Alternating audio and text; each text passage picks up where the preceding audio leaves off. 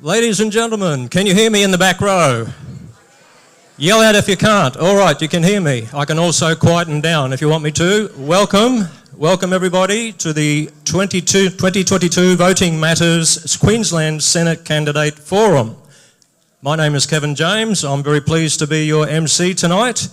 If you want to know more about voting matters and other things, you will find on your seats various flyers. But the Voting Matters website is votingmatters.com.au. A little bit of housekeeping first of all.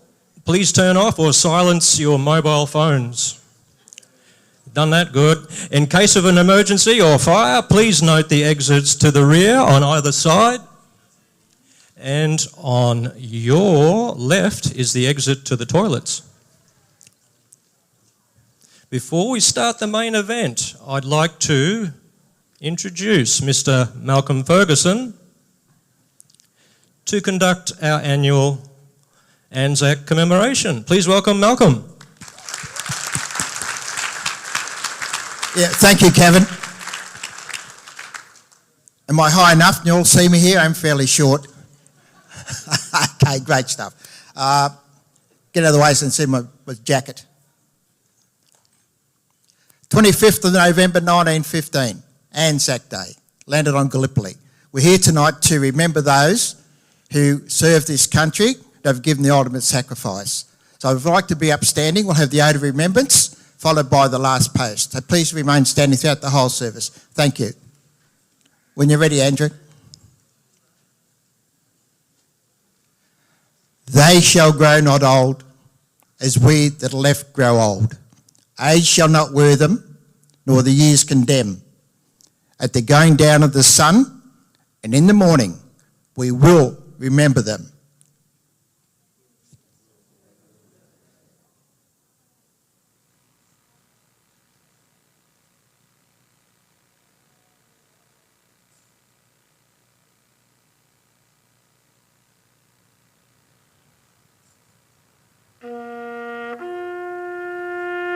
Lest we forget.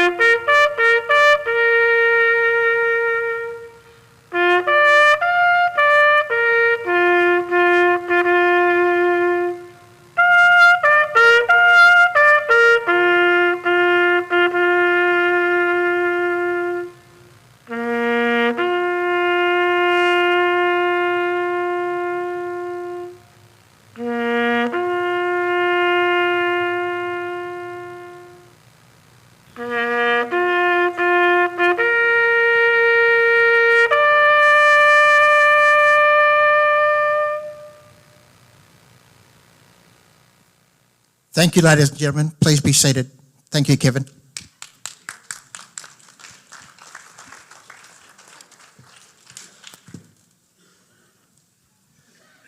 Many thanks, Malcolm. And it's now my distinct pleasure to introduce to you the founder and president of Voting Matters, Jill Burbidge.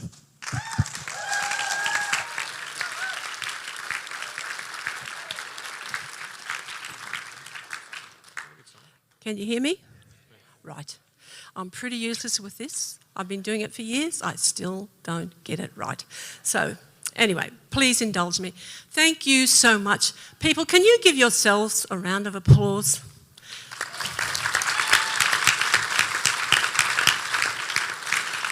What you have done, you got off your lounge chair, you got in the car, and you came here. And you are joining us in our democratic exercise, a good old-fashioned town hall political meeting. How good is that, to be surrounded by people and talking about politics? Because that's what we need to do. Instead of reading it on some device, instead of reading it in a newspaper, watching it on TV, we need to talk to each other. Those of you who are my age can remember that's what people used to do.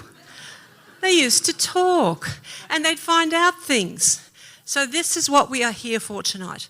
We have got a sterling lineup of candidates. It's going to be a very entertaining evening. But before I get into that, I just want to acknowledge some people in the audience. Now, something people notice at my meetings is that I don't acknowledge dignitaries. I don't acknowledge prominent people. There's no hierarchy. There's no status at any Voting Matters meetings because every single one of us gets one vote. We have equal status. So there's no standing on ceremony. We are just all equal people. We're Australians. We have a right to vote and we will exercise that right judiciously. So the people who I have joined with in a venture for this particular election, and please take the time to have a look at their website, are the Stand Up and Vote crew. Yvette and Dee, could you just stand up, please? Now, please seek out these ladies after the meeting because they've got a really interesting initiative to help you to make your decision as to who to vote for on particular issues in the next election. So I'm very proud to be part of that organisation. Now the next thing, if we could go to the next slide please.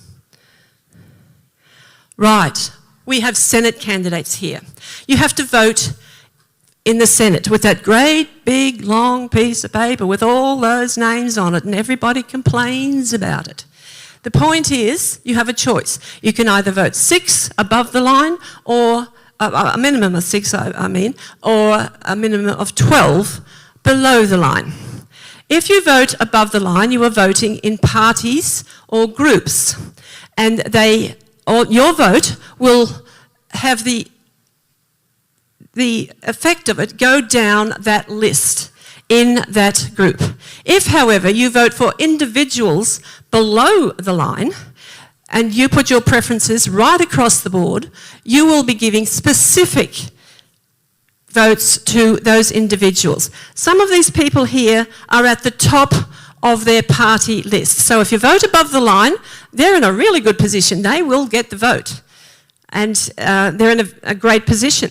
Others are not at the top of their party. So have a look at where they come, and if you think somebody here is really impressive and you'd like to give them your #1 vote, vote below the line. That is my personal preference. I don't tell people how to vote, but I honestly think it is the fairest way. Because the thing I've been saying since the day I started Voting Matters 6 years ago was look at the calibre of the character of the candidate. Look at the person. Will this person take a stand for the electorate above all else, above their own party career, above their own party demands? Will they put the electorate first? We have seen a few examples of that over the years. A recent one to do with all of the adverse events, and I won't name any names. But that is impressive for someone who will stand against the dictates of their party. That's the kind of person you want to vote for, who will stand on principle. So do consider that when you listen to all of these really top people, that if they're not at the top of their party's list, well, perhaps you might like to vote below the line. So please keep that in mind.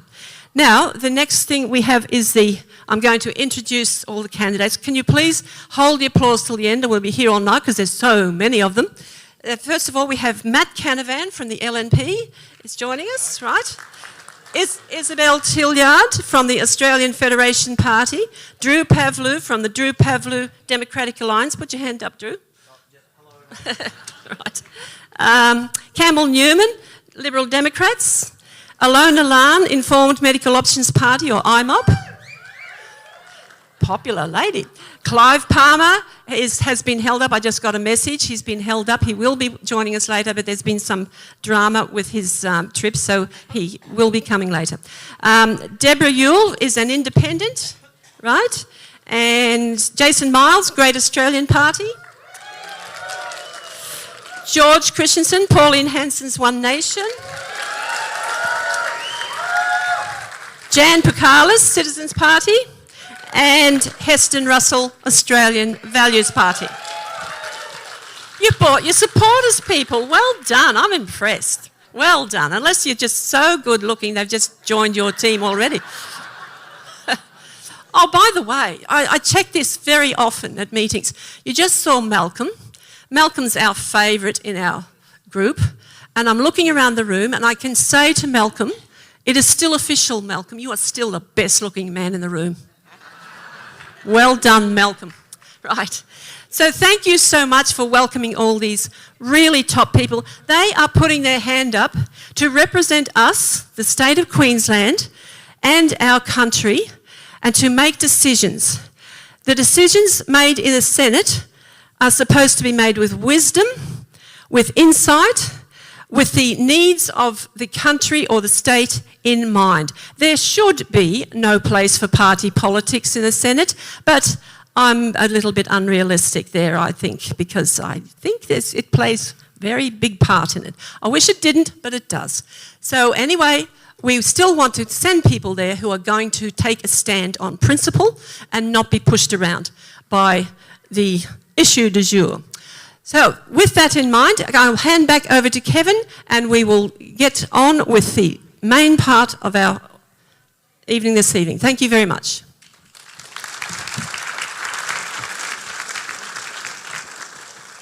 Thank you, Jewel, and bribery will get you everywhere. It will. Believe me, it works.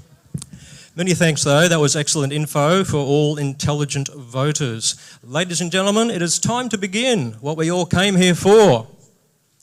Put your hand up if you're in the wrong place. We're all here for the right reason? Very good. Our Senate candidates are ready and a draw has been conducted for speaking order. Please give all speakers due respect while they are at the lectern.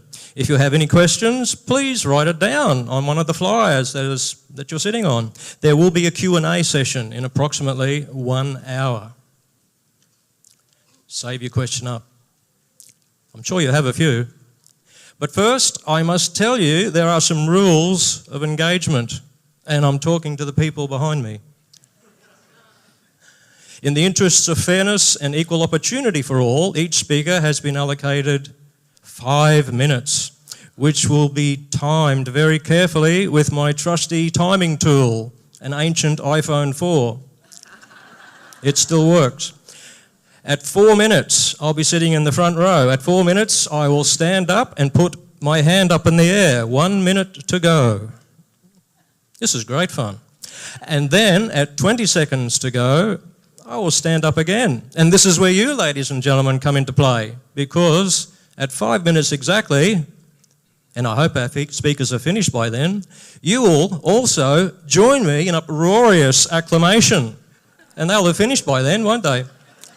And then we move on to the next one. All's fair.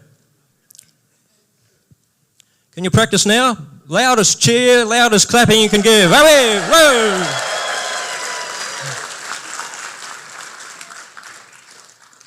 I'm going home now, that was great. Exactly like that at the 5-minute mark. Thank you very much. Well done. Okay, let us begin. Speakers are ready, engines are running. Ladies and gentlemen, our first speaker of the evening, please welcome to the lectern, Senator Matt Canavan.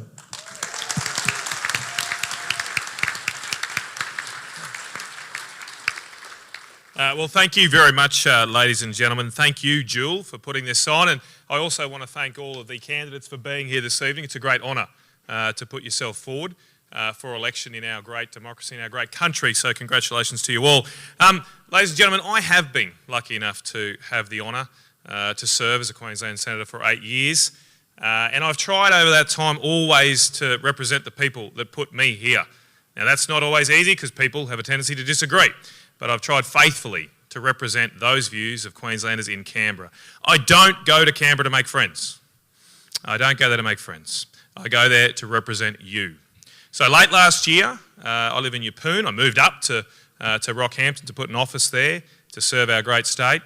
And late last year I was invited to a meeting to discuss the vaccine mandates that were coming in on December 17 last year. And I was told there were about 50 or 60 people were expected. And in the end, around 600 people turned up and they were out the door. It was probably more than they're here tonight. And I knew straight away that this was an issue I had to fight for. I knew that would be difficult because I was probably going to disagree with my own party, the Liberal National Party. But, as I say, I went back to Canberra the following week and I represented those views and voted against vaccine mandates in the Australian Senate.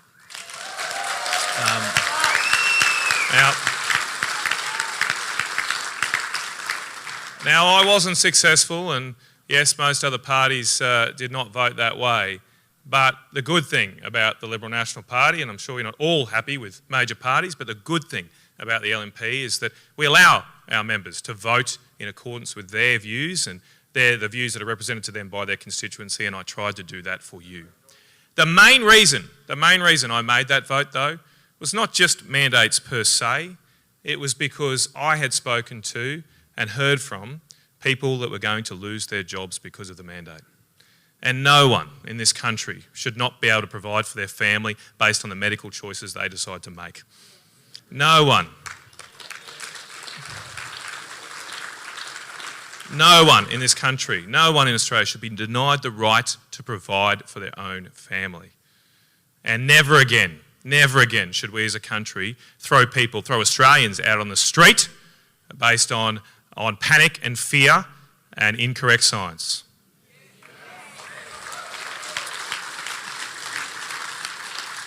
Now, I stand here as someone I think has got a record of fighting for jobs, broader than just on the mandates. A couple of months ago, I was at the Adani Carmichael mine where a guy called Ferg had won a concrete contract. He has a concrete company in Capella, a very small town in central Queensland.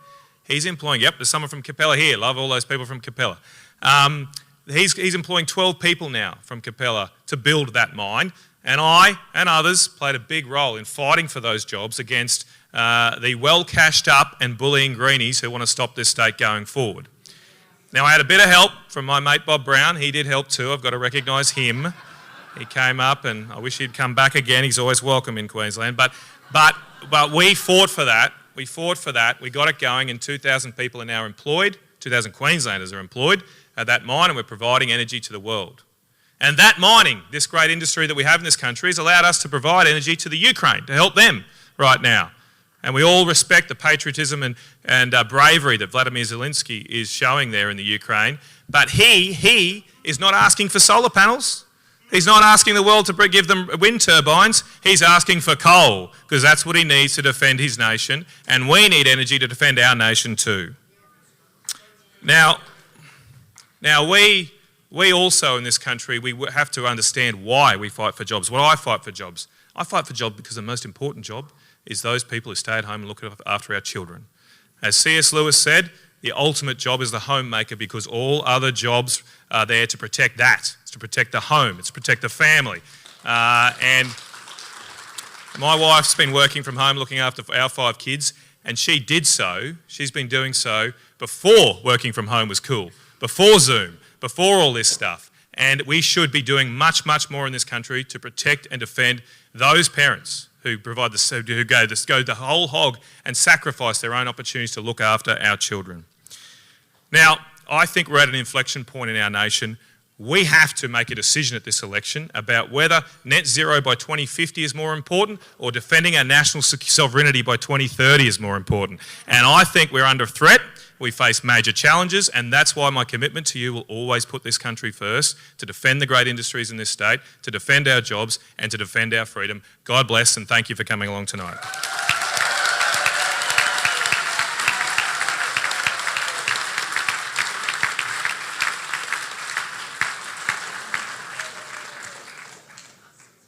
Thank you, Matt, and we didn't need to use the applause meter earlier than planned. Ladies and gentlemen, our next speaker is Isabel Tilliard.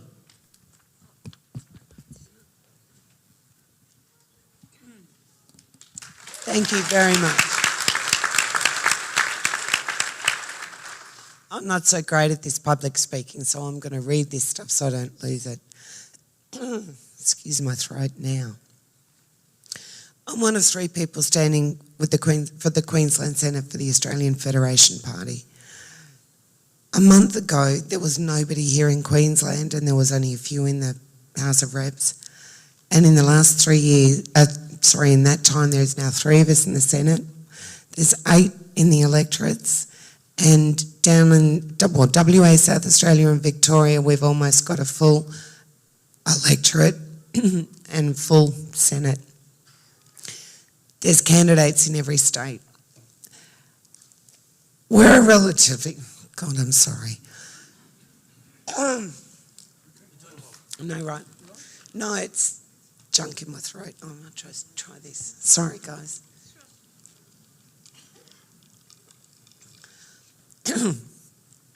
Why now, I don't know.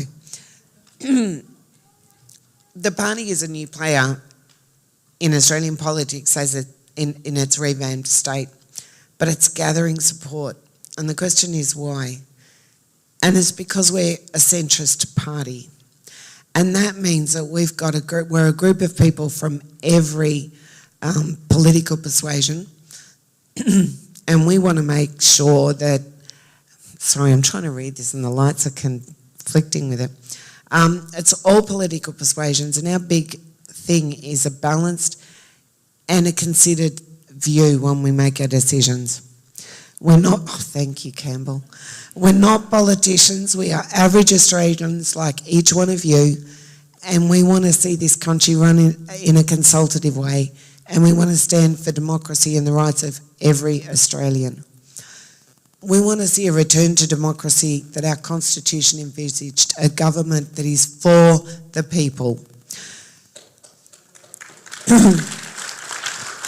We each make 6 promises to the party, and that means to each of you. They're on our website, but in effect there's 2 things. 1, people before party, and the second one, a balanced and informed consultative process when we make our decisions. We're putting together our policies in every area, not just working on 1 or 2 platforms, but giving a balanced solution. We do not want to be known on 1 policy platform outside the following.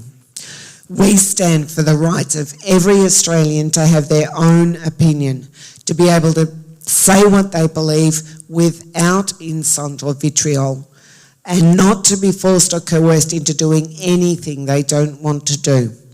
We believe that in forming that opinion, you deserve to hear both sides of the story, that there needs to be proper research without political bias by government or by the press.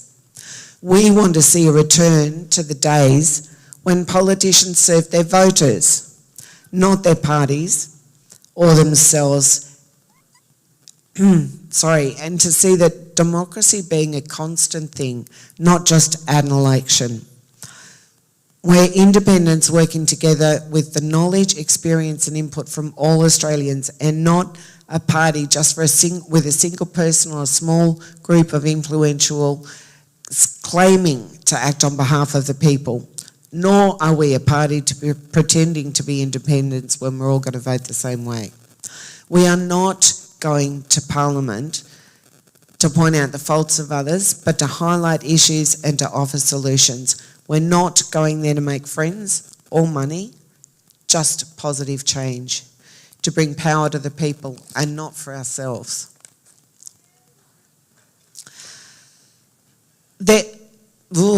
Okay, we'll dump a whole lot of stuff I was going to say. Let me say this. I used to believe that to make a vote count, I needed to vote for one of the two major parties.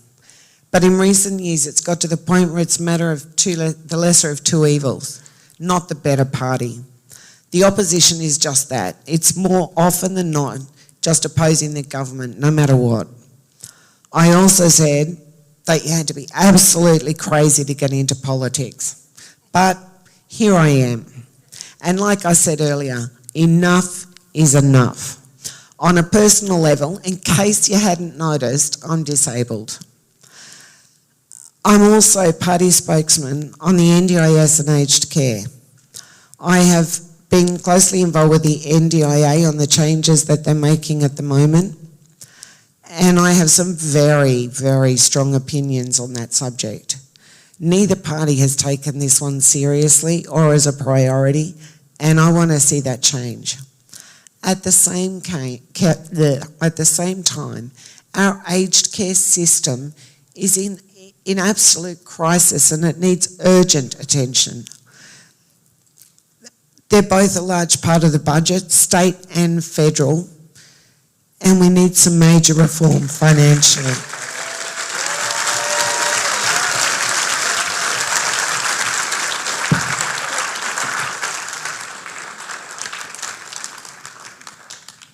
Thank you, Isabel. I took pity on you. We gave you another 30 seconds because the technical trouble happens, and I must tell you, my first 10 speeches were all read out. You need to read it out, and you need more light when you reach a certain age. I've hidden my glasses in here.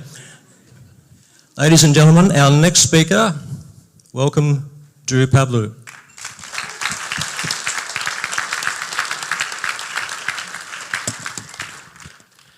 All right, thank you so much for everyone for having me here.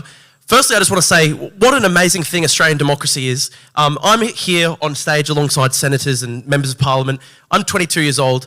My grandfather came to this country with nothing. He was my bapu, he didn't speak English. He had no money. He came to this country to cut sugarcane in North Queensland, and he saved and he opened a small business, a fruit shop, and he provided for our family. And isn't it amazing that, you know, he's still around to see his grandson run for parliament? He came to this country with nothing. He didn't speak the language. And what an amazing, welcoming, amazing democracy Australia is, that it's open to outsiders like this. So, I mean, put a round together for Australian democracy. Now, who here loves freedom? Yes. We need a louder. Who loves freedom? Yes. Who here is against the elites? Yes. Yes. Now, I'm here because I love freedom and I'm against the elites. I never thought that I'd get into politics at this age, at 22 years old. You might think, what the hell are you doing? You know, 22 years old, you should be out partying, etc., etc. I didn't think I'd get into this game. It's a tough sport, as some of the other members of this panel have mentioned. I was holding a small rally 2-3 years ago now, supporting Hong Kong at the University of Queensland. You may remember they sent Chinese guys to bash me up. They went after my family. My family received death threats at the direction of the Chinese government. And then the University of Queensland, because it's a $300 million relationship with China, they tried to expel me. They dragged me through the dirt. They smeared me. That's what I went through for a year and a half. Some people go into politics. They go in it for money. They go in it for fame.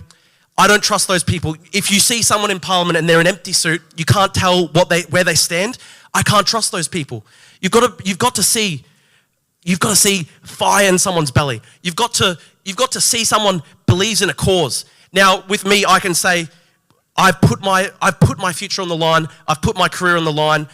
At the University of Queensland, the Chinese government, they went after me. My family, my beautiful mother received death threats, rape threats. That's what my family dealt with. It was a really dark and terrible time. It would have been so much easier to give up at that point. But I felt so strongly that this is about the future of Australian democracy, Australia's freedom. We are an independent country.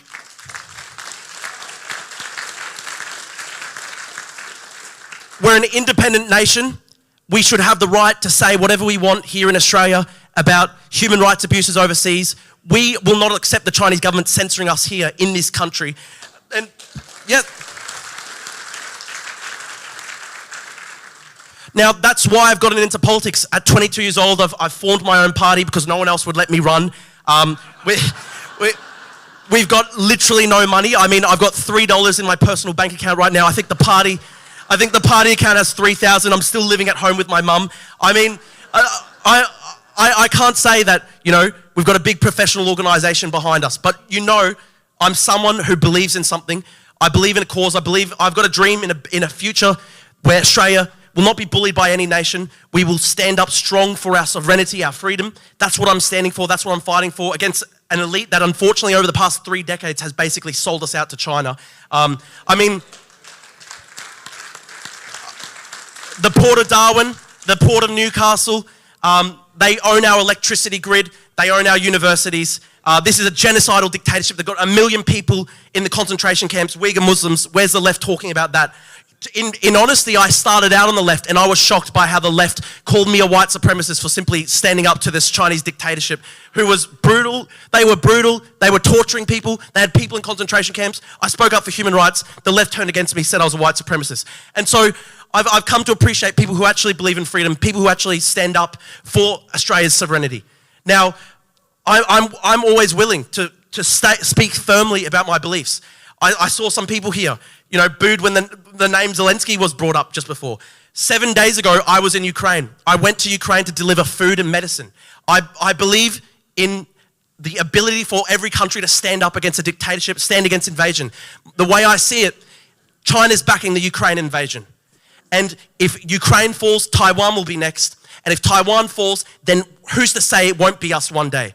And so I say we have to stand on the side of any country that's fighting against dictatorship right now. I went over there. I spent a night in Lviv 7 days ago. It was 3-4 days just before the recent round of missile strikes on the city. I went there because I believe in the cause. I just believe in standing with anyone who's being bullied, anyone who's facing persecution. I've put my future and my career on the line here. I might fail, but I've got 5 decades to get into the parliament. This is a long-term cause for me.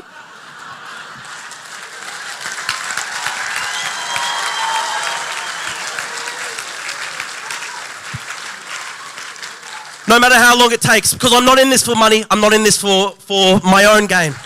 Thank you.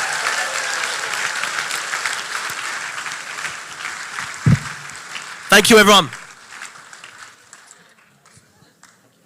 Thank you, Drew. Ladies and gentlemen, our next speaker is Campbell Newman. Please welcome him.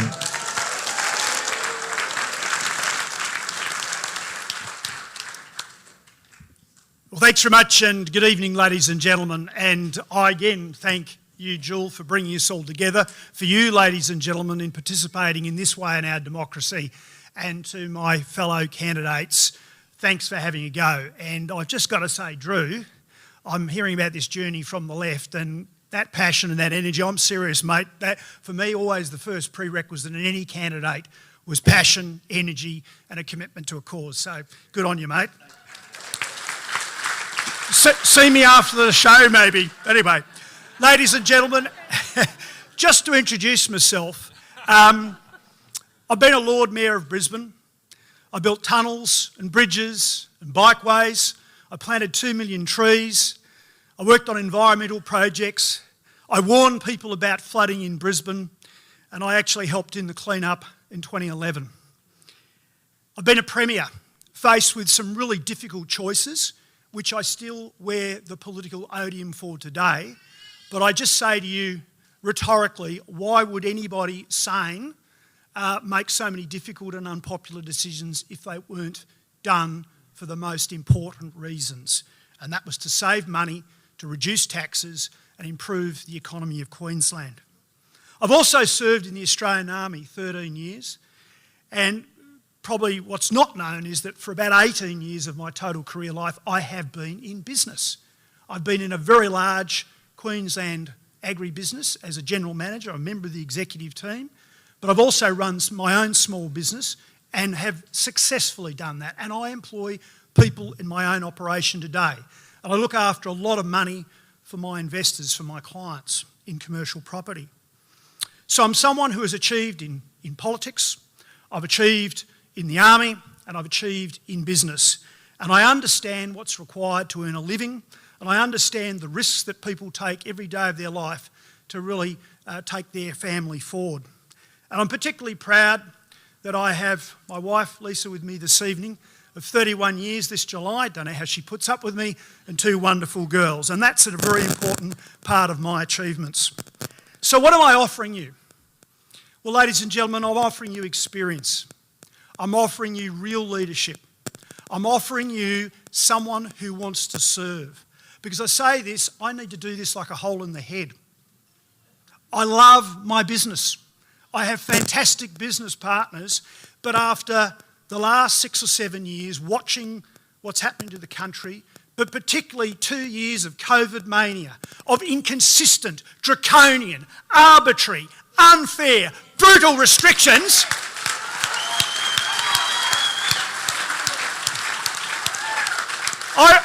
I just couldn't cop it anymore. And I acknowledge people on the stage this evening who have similarly taken a stand, and it's great that you have, and it's great that you believe in freedom as well.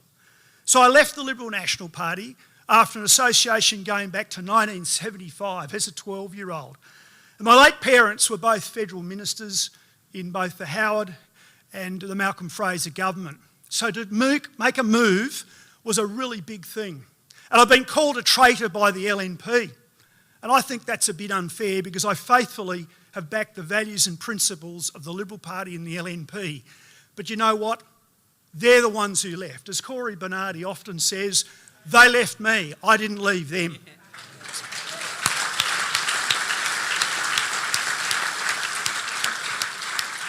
I joined the Liberal Democrats, who are a minor party, or a micro party trying to become a minor party. And what we're doing in this election is standing with a very comprehensive policy suite. It's in this, it's called the Freedom Manifesto. It's about smaller government, it's about freedom, it's about personal responsibility, it's about balanced budgets, it's about low debt, it's about giving you your money back with lower taxes, it's about fighting inflation fundamentally with better economic management, it's about trying to put a cap on interest rates, not as Clive wants to do, but actually through market mechanisms, through lower government spending. It's about dealing with that cost of living. For Queensland, my agenda is to go after dams and irrigation schemes that need to be delivered, to upgrade the Bruce Highway, telecommunications black spot upgrades, and for Brisbane, a plan to build 3 flood mitigation dams to protect up to 10,000 homes and businesses from flooding in a 2011 type of flood. And finally, and this might sound a bit complex, but there's an inland rail project that needs to be redesigned to make Gladstone the Rotterdam of Australia. Thank you, ladies and gentlemen.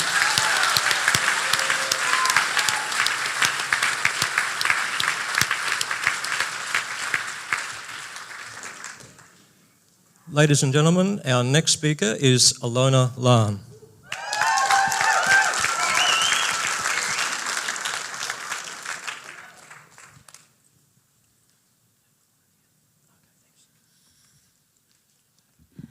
Thank you. Thank you everyone for coming. Big round of applause for yourselves. And big round of applause for all the candidates here for standing up for freedom. So my name is Alona Lan. I'm a natural health advocate, freedom of choice ambassador, and I'm the Senate candidate for the Informed Medical Options Party. This isn't my first time round. I've also been the state leader for the Informed Medical Options Party in 2020, where we boasted 31 candidates. So 3rd time round for me. I'm a wife, but most importantly, I'm a mum.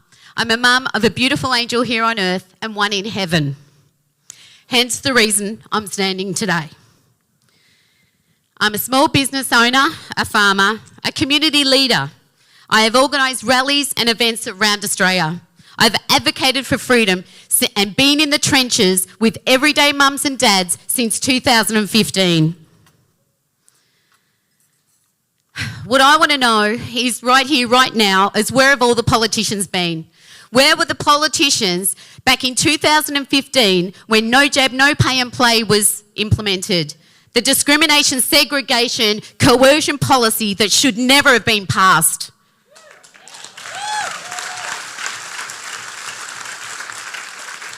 Families today are still financially punished, bullied, segregated. Our children are unable to attend daycare and kindy if they aren't fully up to date with 42 plus doses of 13 to 15 different disease injections. What a disgrace.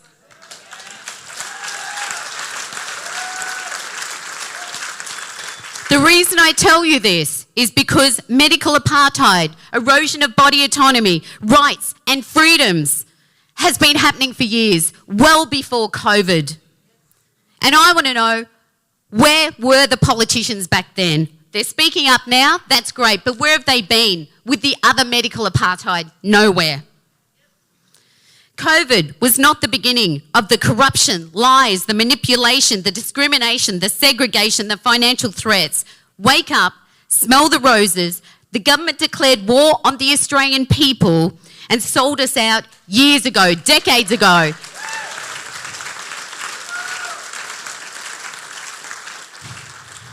Our whole way of life is in jeopardy right now. And it's up to each individual to stand up. It is up to each individual to make a stand and vote. And it is up to each individual to tell other people that we need to make change and to get out there and vote. Foreign ownership and international sellouts have been happening for years.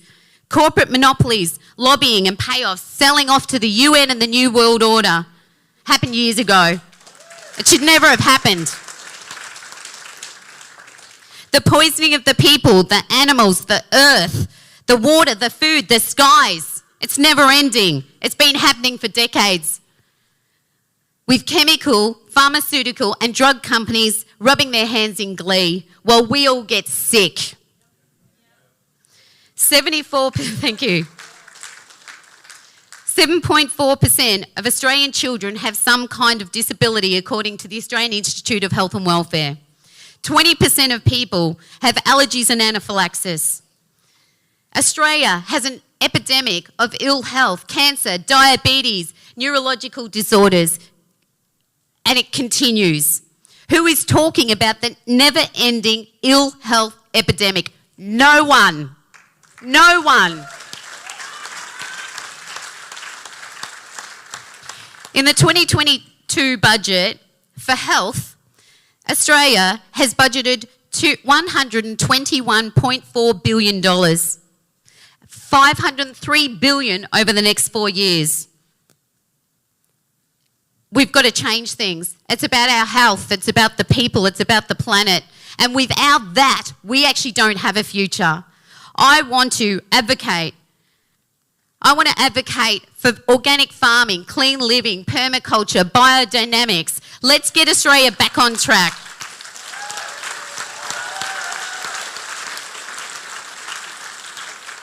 I want to defend people's rights to use traditional and natural therapies, to natural and midwife-assisted birthing. And I want to include this in a public health system, a holistic system. I want to bring back manufacturing, protect cash, community banks, support small and local business, build communities. It's all about communities. So vote 1, Alona Lan. Thank you.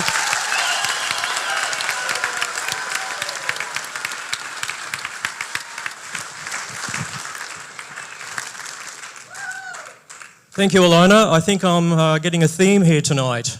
Freedom, passion. It's good, isn't it? Our next speaker is the ghost of Clive Palmer. No. Our next speaker, ladies and gentlemen, is Deborah Ewell. Please welcome her.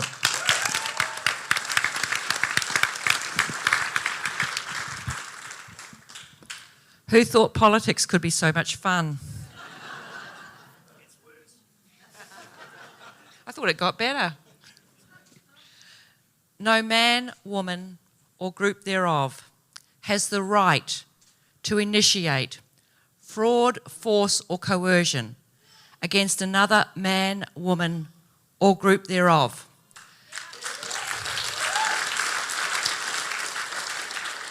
libertarians and freedom lovers, this is my creed, and I will apply it to any matter brought before me as a senator, and I will oppose any legislation that contravenes it. For way too long, our political focus has been on increasing control and limiting the rights of individuals. Thousands of willing, skilled and qualified people have been mandated out of the workforce, meaning that essential services and businesses are unable to provide the service levels demanded. And now we're importing workers instead of reinstating our stood-down workers.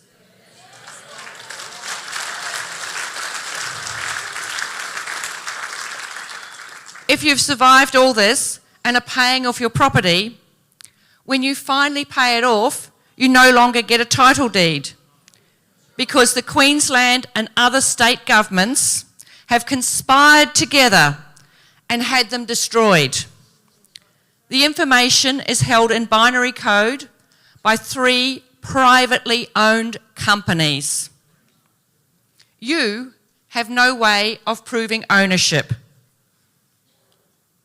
Think about this. Our health system is so badly broken that GPs are now no more than agents for Big Pharma.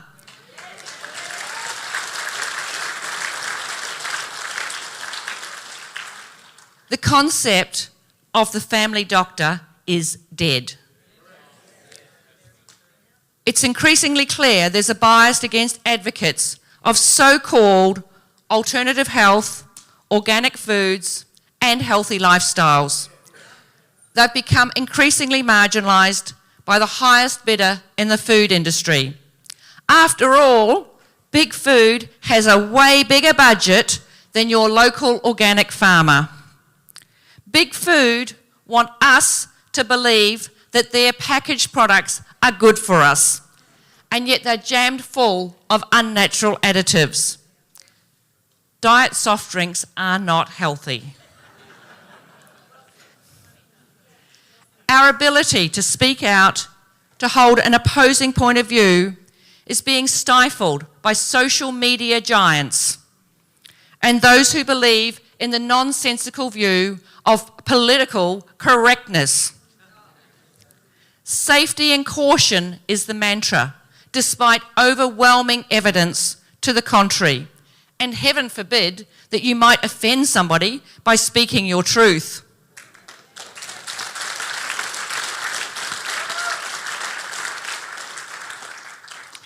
Critical thinking and independent research in schools has been replaced by rote learning. Schools are now about indoctrinating children and distancing them from their parents.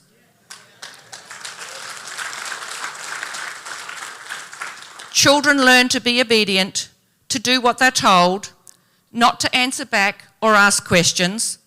That, coupled with the acceptance of universal surveillance, have you seen the number of cameras about the place? Tracking where you go, who you meet, and what you buy. Also normalising invasive things, such as the acceptance of a digital ID.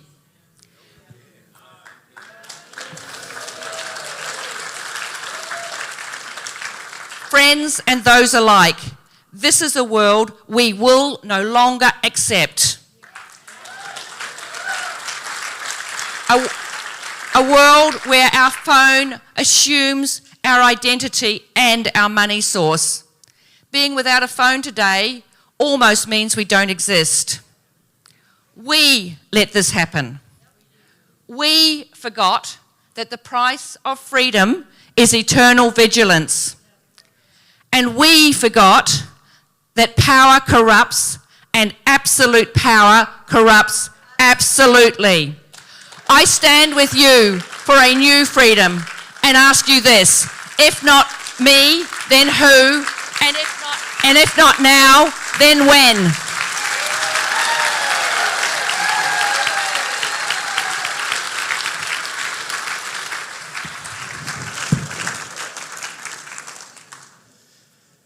Thank you, Deborah. Our next speaker is Jason Miles.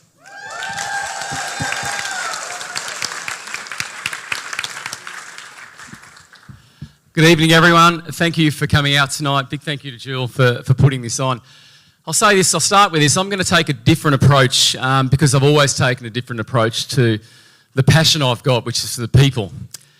For me, this journey started, well, let's just say a long time ago. In 2018, I finished 29 years of corporate, and I spent the next 2,000 hours researching cancer for my wife, who's here tonight. She went through some pretty bad treatments, some pretty harsh times. And for me, what I uncovered, because I'm a wellness coach as well, and what I uncovered about the pharmaceutical industry, and not just that, the cohorts that they exist in their tentacles and where they spread, disgusted me.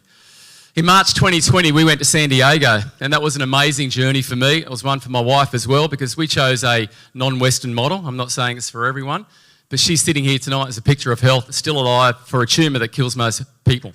So I'm very proud of that. 2020 opened up so much for me. March 2020 opened up so much for me. I was privileged to spend 19 days with specialists with my wife where she was going through her treatment. And they exposed so much information to me. So I was blinkered. I was apathetic. I cared nothing for politics. I was one of these idle Australians that said, don't touch me, doesn't impact me. Until I learnt how broken Australia is. Australia right now, we've had 76 years, and I'm going to call out Matt here as an exception. There are some good exceptions in the parliament. I want to be very clear about that. Rennick's another one. Antic's another one. George, I've admired George for a while, whatever your preferences. There are some good people doing good things. But I'm going to make a statement tonight. Australia is not lawful, and I want to explain why. And I'm hoping there are some journalists here tonight, and I mean investigative journalists that will actually investigate what I'm going to say tonight. Okay, I want them to, and I want them to prove me wrong.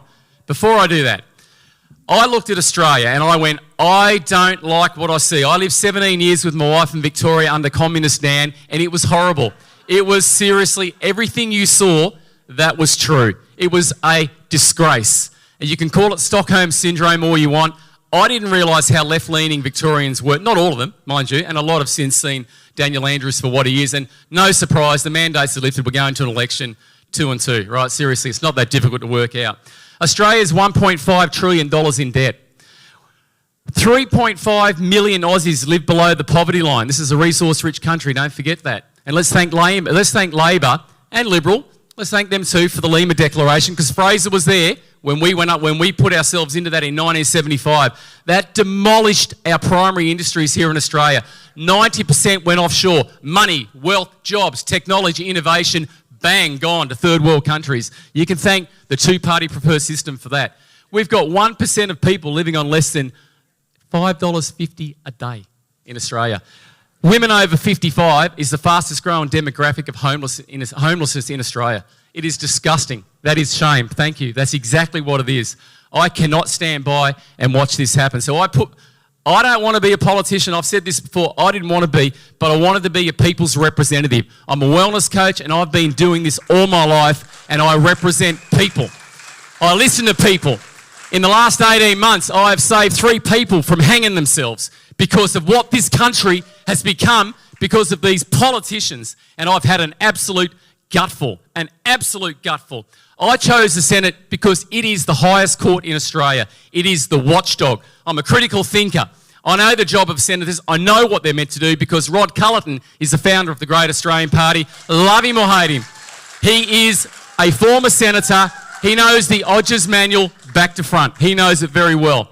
In 2016, he put a motion, seconded by Jackie Lambie, a current sitting senator, whatever your views of Jackie. Back then, he made a statement which said, the High Court of Australia is not sitting under the Commonwealth of Australia. It is sitting out of jurisdiction. That is a major problem, Australia, a major problem. We are going after the head of the snake. We have policies, they're all aligned to the Australian Constitution. You can check them out. We are big about on-jaw, man. Labor's come out now and said about bringing jobs back. Seriously, you got rid of it with the Lima Declaration. Well, about time. We are all about the Constitution of Australia, which has not been thrown to one side. It is there. It's pulled in as it's required. Motion 163 was approved by the majority of the Senate in 2016, 46-38, I think. That motion called out the High Court. It is not being dealt with today.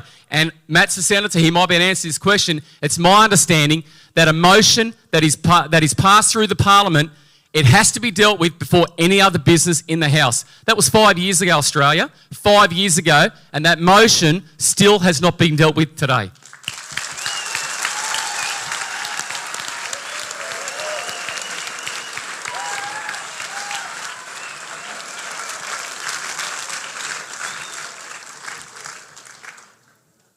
Thank you, Jason. More passion. I love it. We're well over the halfway mark now, folks. Please welcome to the lectern, George Christensen.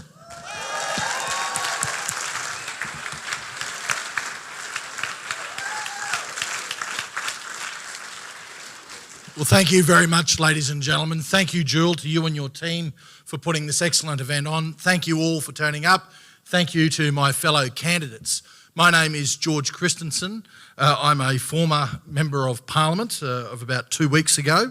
I'm a Christian, I'm a Conservative, I'm a lover of freedom, a fighter for freedom, a patriot, a former journalist, sorry, don't mark me down on that. The father of a beautiful, almost 2-year-old baby girl, the husband to a wife who was an immigrant to this country, the son of a father who was a small businessman, a mother who was also an immigrant and a housewife, both who lived with disabilities their entire lives, the grandson of a Mackay cane farmer and a Glaswegian wharfie, so I don't know about that political pedigree. But I'm now a proud member of Pauline Hanson's One Nation.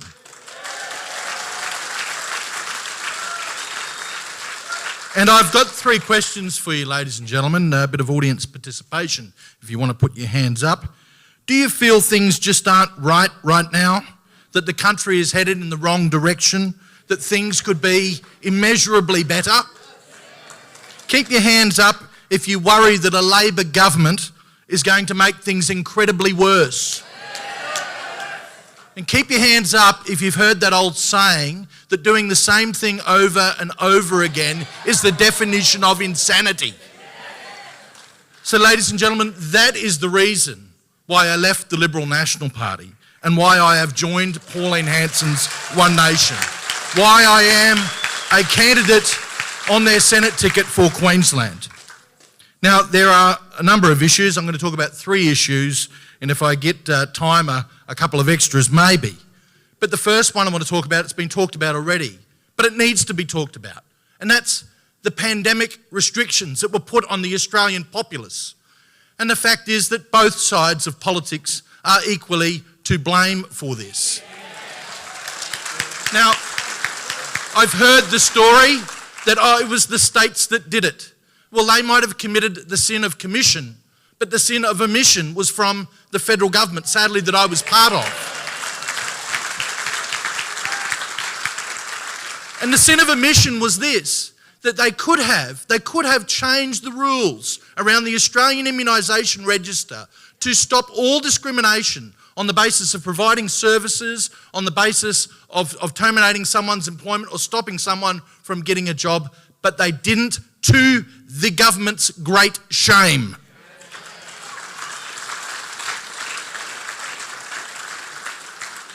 There's the issue of religious freedom, I think, is fundamentally important.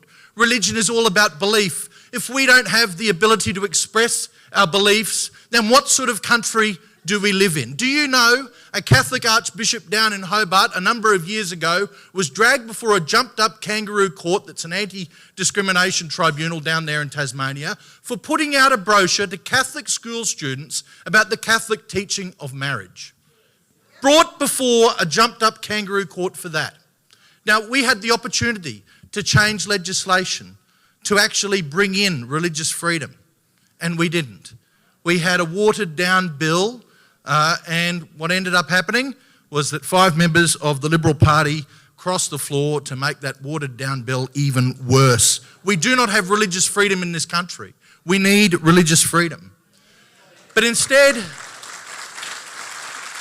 some of the legislation that has been drafted by the government, it's got a lot of time spent on it, is a digital identity system Now, I don't know about you, but I don't know if any of you have done this, but I've never had anyone walk into my office, anyone phone me, email me, stop me in the street, or anything else and ask me, oh, there's a big problem here. We don't have a digital identity system in Australia. I want one. Can you get one? I'll tell you who wants one. It's Klaus Schwab and the World Economic Forum.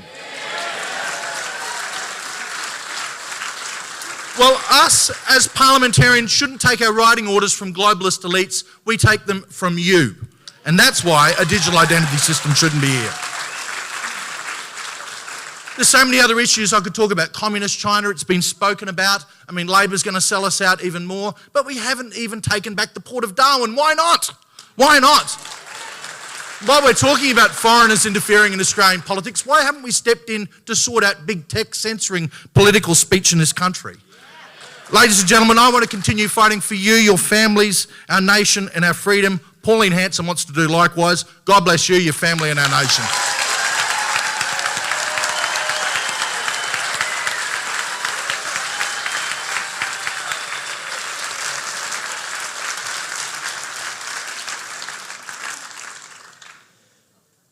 Many thanks, George. I gave you an extra 2 seconds. Ladies and gentlemen, while I remember, please welcome Clive Palmer, the real Clive Palmer. He's here.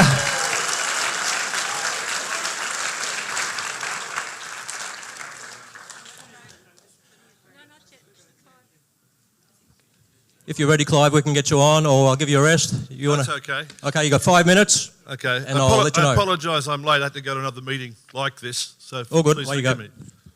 Oh, Tim Tams. It's all right. First of all, let me say we can never trust Liberal, Labor or the Greens again. They've deserted you, right? It's Liberal and Labor that have given you $1 trillion of debt. We know all about the pandemic and vaccines, and there's a lot of very good speakers talking to you about that. Tonight I want to tell you where we're going to, what the real agenda was. While we were busy with the vaccine and terrible things were happening in our country, the government ran up over $1 trillion of debt. And that really means that interest rates are going to rise on home loans. It means we're going to go from 2 to 4%. At the moment, 40% of Australians are under mortgage stress. When it goes from 2 to 4%, 60% of Australians lose their homes. When it goes from 4 to 6%, 80% of all Australians will be homeless. Then the government will have to say they'll bring in a lease system, buy the houses off the banks and lease them back to you. You'll be happy, but you'll own nothing. That's what's going to happen. And we've got to stop it. And that's why our party wants to regain the powers and the Constitution over our interest rates that the government used to have back in the 1980s. We want to amend the Reserve Bank Act and say that interest rates are set by the government and what's in Australia's interest. And we want to freeze home loan interest rates at 3% so that we can protect all of Australians with their homes and what they've got for the next 5 years.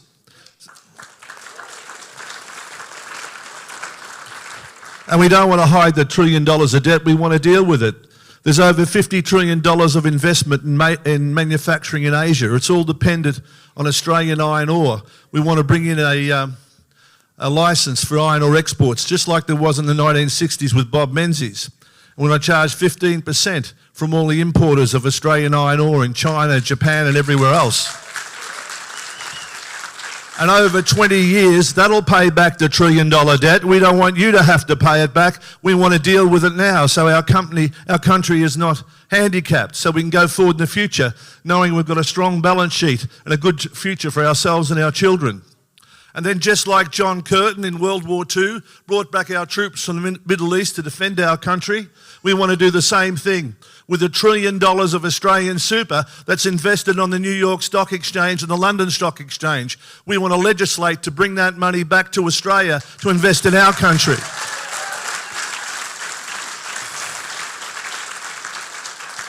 These are the things that are happening now, and these are the challenges that we have to meet. We know what's happened with the vaccines. We've seen the terrible ruin in our country. You can't trust Liberal, Labor or the Greens. Get that through your thick heads. Right? And just let me talk about freedom. No one can take your freedom from you because it wasn't given to you by government. Over 100,000 graves of young Australians surround the globe in testimony of the sacrifices that they have done to give you their freedom. They're the only people that have got any rights to talk about our freedom. And in 2022, the trumpet sounds again to a new generations of Australians to take up the mantle. No sacrifice is too great. No task is too big. If we want to protect our country and our family, it's up to us to do it. The government won't do it, and we can't obfuscate that. That's why I've come out of retirement at 68, because I believe in this country, I believe in its people, and my God, we've all got to defend it together.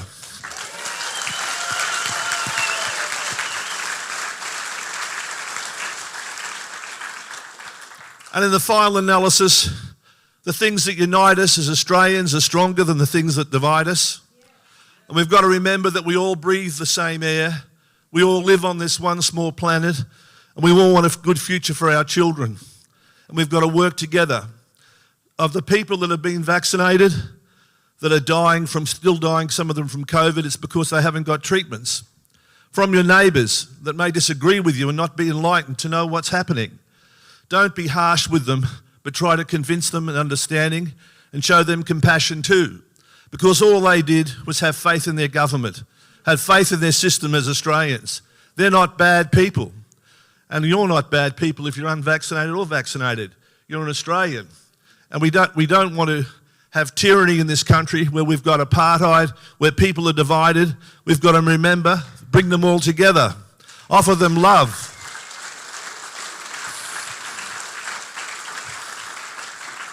Offer them love and compassion. Put your arms around them. I just come from a meeting where a lady had lost her daughter who was vaccinated within 3 days of the vaccination. I was up at Longman where a lady approached me, distraught, that her and her husband had got double vaccinated, and they decided to do the same thing for their 2 sons that were twins, 7 years old, and they died within an hour of the vaccination. And that's not 20 seconds, was it? They died. But what do you say to a woman like that when you're there with her? How difficult it is if you're in my position, because you are in my position, because you're an Australian too. And because you're here tonight, it means that you care about those people. And this is a serious matter.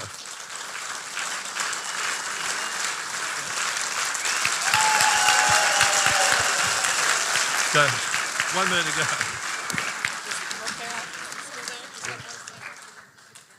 I sit down, do I? Okay.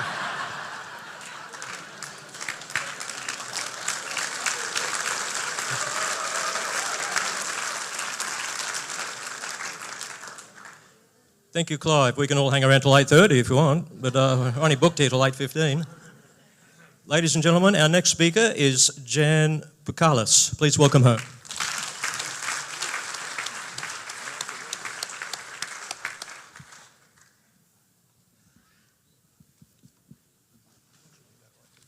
Thank you. Well, thank you everybody for being here. My name is Jan Pukalis. I'm representing Australian Citizens Party. It's a 34-year-old federal party. It used to be called Citizens Electoral Council. I've previously run 5 times before this time for the CEC. Now, this is the first campaign under the new name Australian Citizens Party. And I wasn't political when I had a young family. I had my husband and I, 37 years. I had 4 young children. When I learnt about Citizens Electoral Council, it wasn't political then. I thought, I'm doing a hard enough job as it is. We had 1 wage. But I couldn't ignore certain things that were going on in the 80s and early 90s, which got me political. And that was all the privatisation, deregulation. You had the amalgamation of councils. You had the amalgamations of schools. So they're shutting down schools. They're doing multi-million-dollar upgrades. I lived in Mackay. They did numerous multi-million-dollar upgrades of the Mackay Base Hospital. And my husband worked there, and we saw, internally what they were doing. It went from a 255-bed hospital to a 138-bed hospital. And so I got political over those three major things. Now, personally, I've been Australian judo champion twice, and I've represented Australia. I've represented Australia in canoeing, martial arts and underwater hockey. And I was a postie. So I wasn't political. However, when you start having a bit more freedom, when the kids are going to school and you start to think of their future then, not just their immediate needs, because it's so hard to feed the little blighters, keep them full.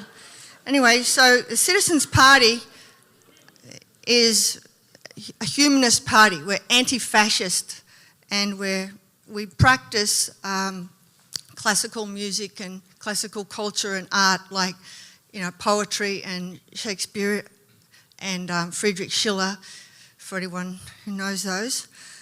It's big, and I asked why. Why is all this fluffy kind of sissy stuff got to do with politics? And I was told at head office down in Melbourne that this is the reason we get political, because we've got to change the culture.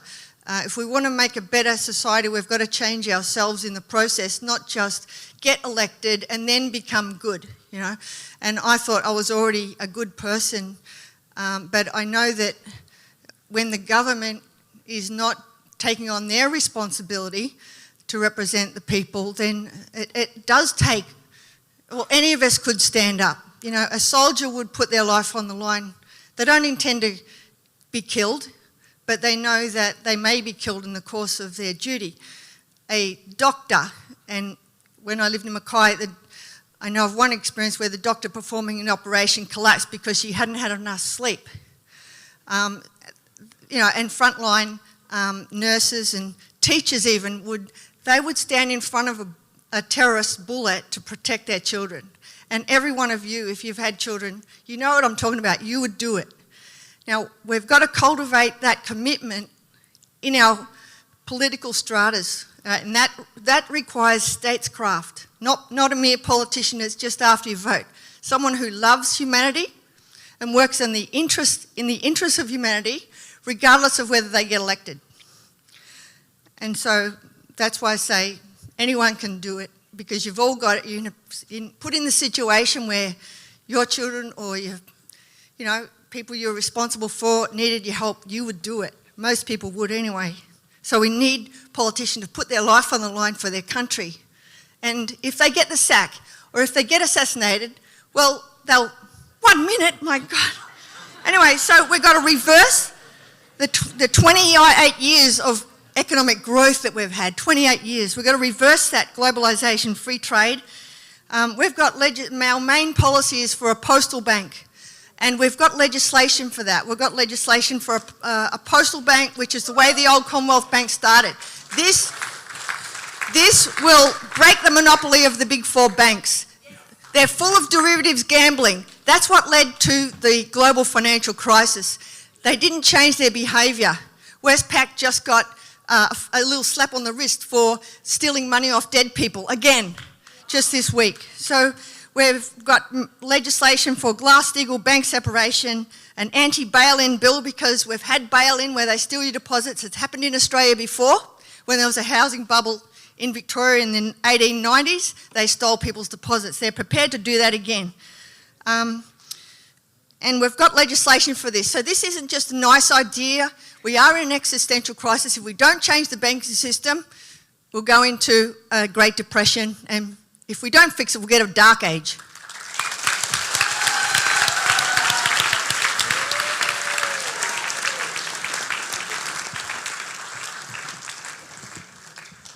Thank you, ladies and gentlemen. We have one final speaker. Our 11th and final speaker is Heston Russell. Please welcome him.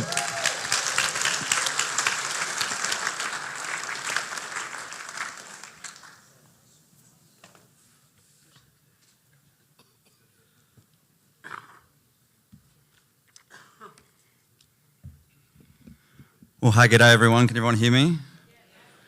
I want to, again, start with, like everyone else, and thank everyone for being here tonight. Those who are up on the table, the most important people in the room are you here. Actually, the second most important people in the room are you here. The most important people is my mother sitting there. My name's Heston Russell, and I founded the Australian Values Party in September, and I'm now standing as the lead Senate candidate for the Australian Values Party here in Queensland.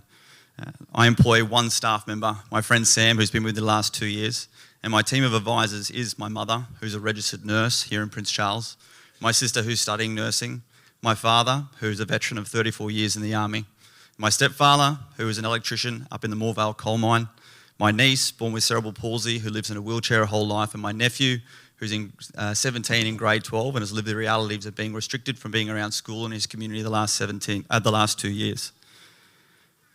My own story is I grew up here in Brisbane, went to school out at Ferny Grove and left at 17 to join the military, where I spent 4 years in Canberra, the Defence Force Academy in RMC, and then 3 years in Townsville, where I deployed to East Timor, and then I joined the Special Forces in 2010, where I served 4 deployments to Afghanistan and 1 to Iraq.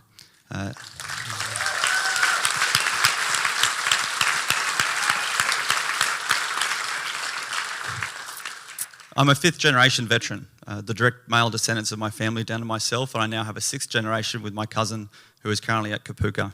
And my time in the military was fun, it was enjoyable. I was surrounded by those who had like-minded on the mission as myself, with purpose, and I never struggled with any of the issues that I see in our country at the moment, because I didn't really care who was in government, because I knew what I was doing. I didn't have to deal with the media because I was in Special Forces and they left us alone. And all that I see now over the last 2 years is exactly those two elements, the government and media causing the real crisis in our country, a crisis of leadership and a mental health crisis that I generally am concerned about.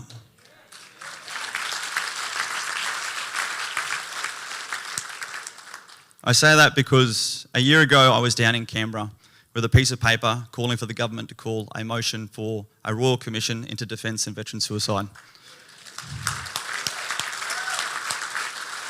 I met with George Christensen, I met with Pauline Hanson, I met with Craig Kelly, and I got them all to sign it, and I got passed through the Senate and through the lower house. And it was during that time where I got to see how truly broken our political system is.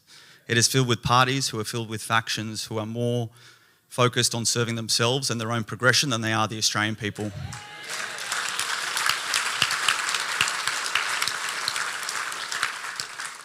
I had to spend 4 years in Canberra at the Defence Force Academy and Royal Military College before I was allowed to be responsible for 30 people. My entire military career, you the taxpayer paid 16 years for me to be a professional planner, to be excellent in leadership, which is as a service to people, which is motivating people through inspiration.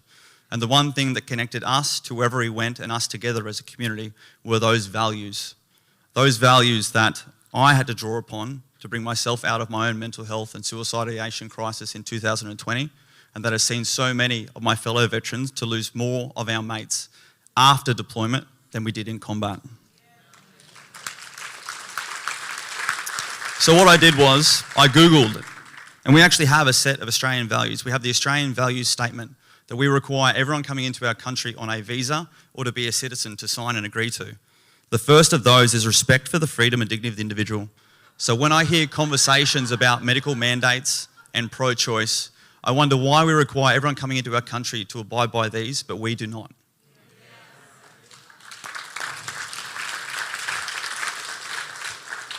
Commitment to the rule of law is a second, and equality of opportunity regardless of any labels. And as we sit here and tear ourselves apart over COVID mandates and everything else, I want to take the moment to pause and reflect upon what is happening on Monday, Anzac Day.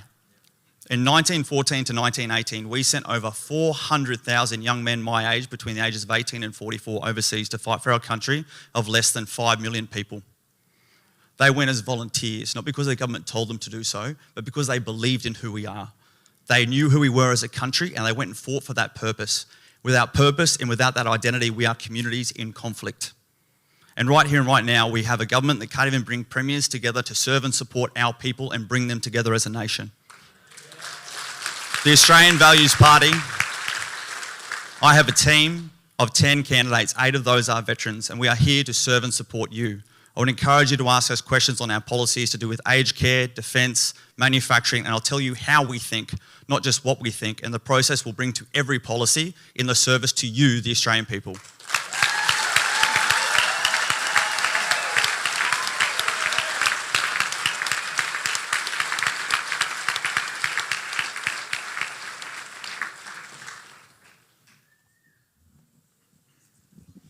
Thank you, Heston.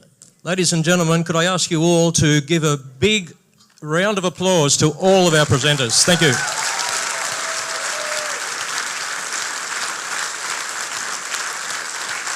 Stand up if you wish.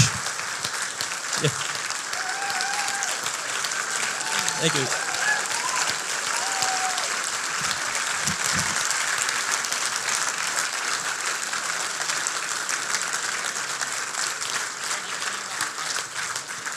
Ladies and gentlemen, stand up, stay standing, put your hands above your head. No, it's not the YMCA. We haven't had a break for a while and we don't have a planned one, but this is just to get the circulation going. Put both hands up and turn them all around. Do a little bit of that. The people behind me can do that as well. Okay, that's enough. I can see a few breathless people, including me. How are we going for time, Jewel? How are we going for time there? I think we're doing all right. Not too bad. Not too bad. Okay. Ladies and gentlemen, if I can have your attention again, I can sit down now. It's now time for our Q&A session, where you, the audience, get to direct one question towards any Senate candidate of your choice. Whereupon my colleague Kirsten, can you put your hand up, Kirsten? Where are you? And she will proceed to help me out.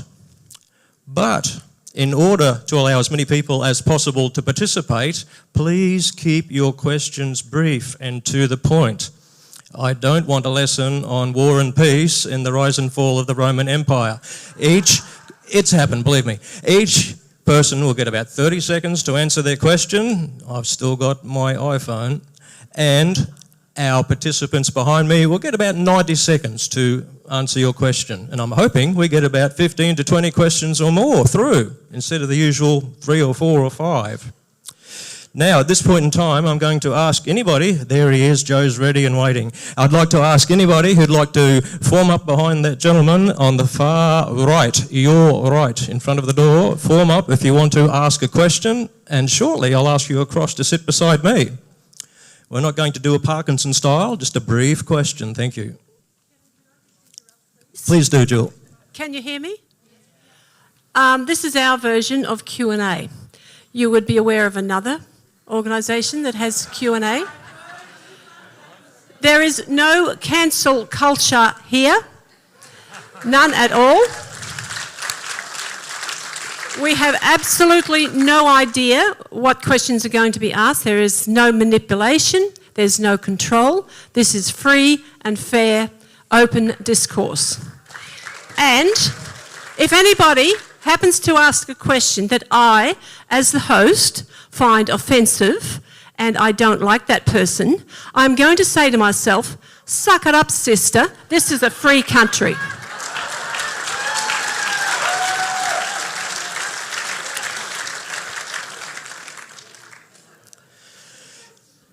Exactly. These questions, ladies and gentlemen, have not been primed beforehand. The questions you will hear are from the person themselves and from no other party or political affiliation. Can I have our first questioner, please? Come on up, Joe.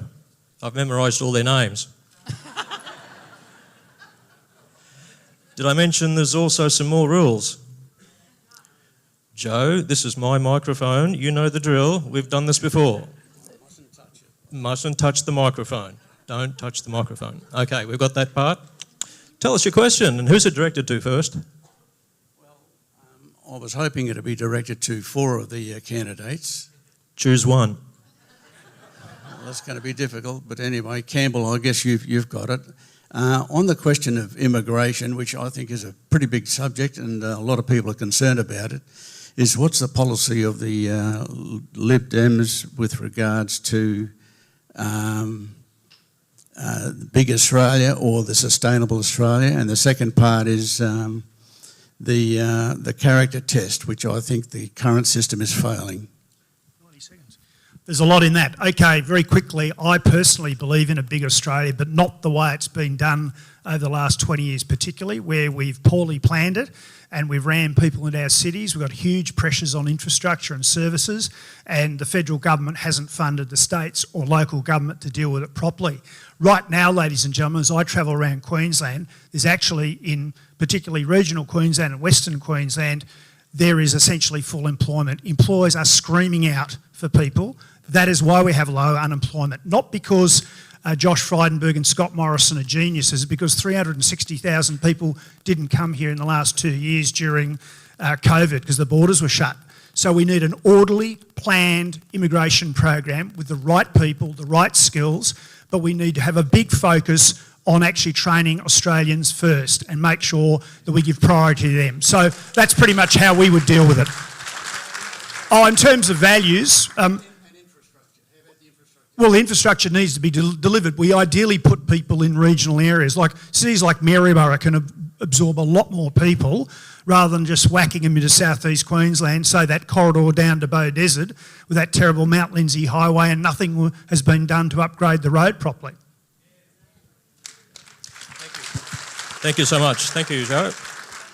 Can we have our next person up, please? Not bad, 1 minute.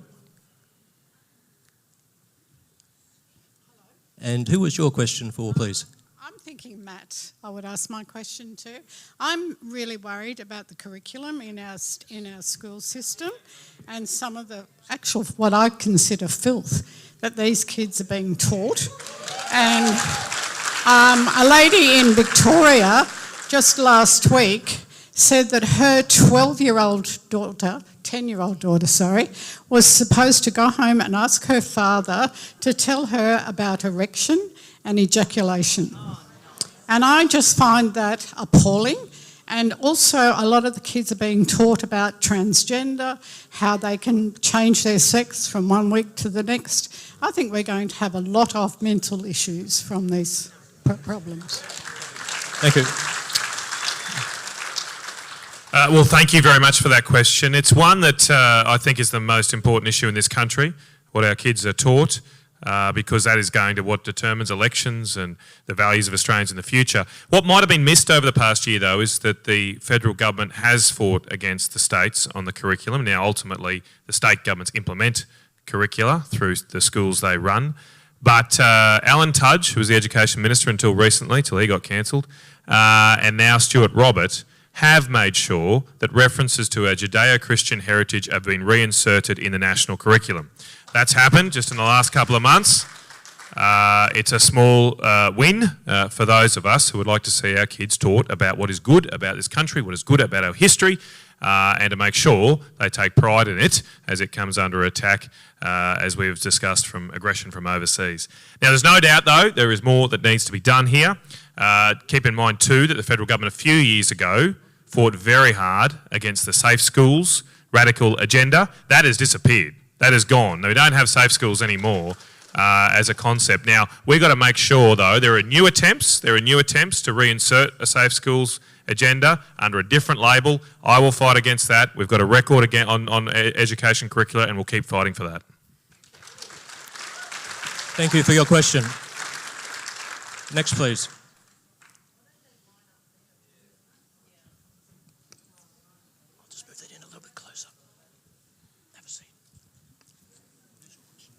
My question is for George, thanks. For everybody really, have you heard of the statement, vote early and vote often? Do we have a secure voting system that prevents people voting multiple times? Do I take it? Thank you. Thank you very much for the question. The answer is sadly, no, we don't. I can tell you I know of one former MP who is a former MP now, lost by 35 votes, and there were over 100 cases of multiple voting in that electorate. So how does that happen? Well, it happens because Who remembers Blockbusters, the old video store? I mean, you had to have an ID to go down there and rent a video, right? You have to have an ID to go to a gym. You have to have an ID to go to many places. But the one place you don't have to have any ID for is a polling booth. Now, to the government's credit, I was pretty hard on them in my talk up front. They attempted to do this, but surprise, surprise, the Labor Party and the Greens opposed moves for voter ID. Why would you do that unless there is multiple voting? So this is something that desperately needs to be cleaned up, but it will only be cleaned up if the right people are in the Senate ensuring that that sort of legislation, that sort of secure change gets through. Thank you. Next, please.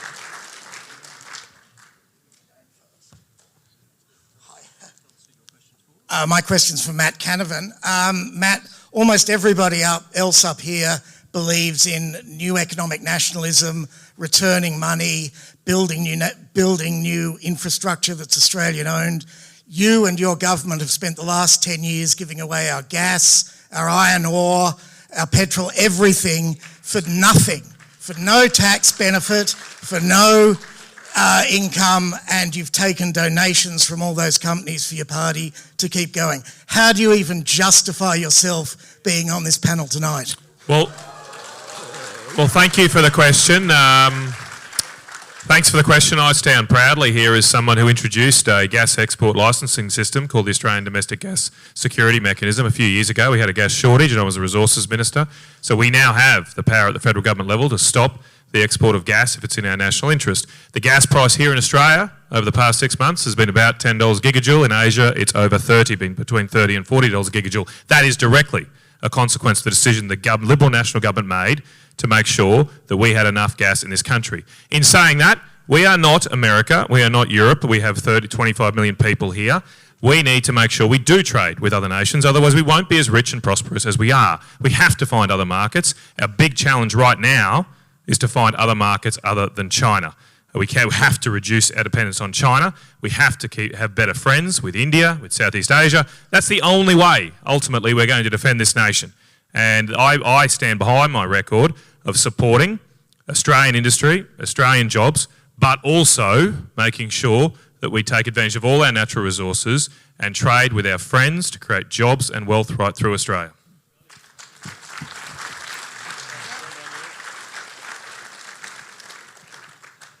Now we're getting the right questions. Who's your question for, sir? Well, my question is going to be for George, but I'm going to ask for a show of hands first, if you don't mind. My question relates to the Australian Health Practitioners Registration Authority. I'm a registered psychologist who's about to be deregistered because I've dared to question the mainstream narrative. And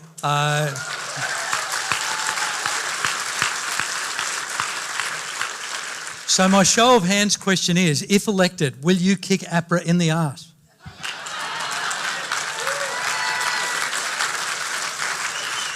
Thank you. And now can I get George to respond, please? Yeah, well, thank you, sir. And I say, apart from Heston, you've probably done more for us putting yourself on the line with what's going to be a massive sacrifice.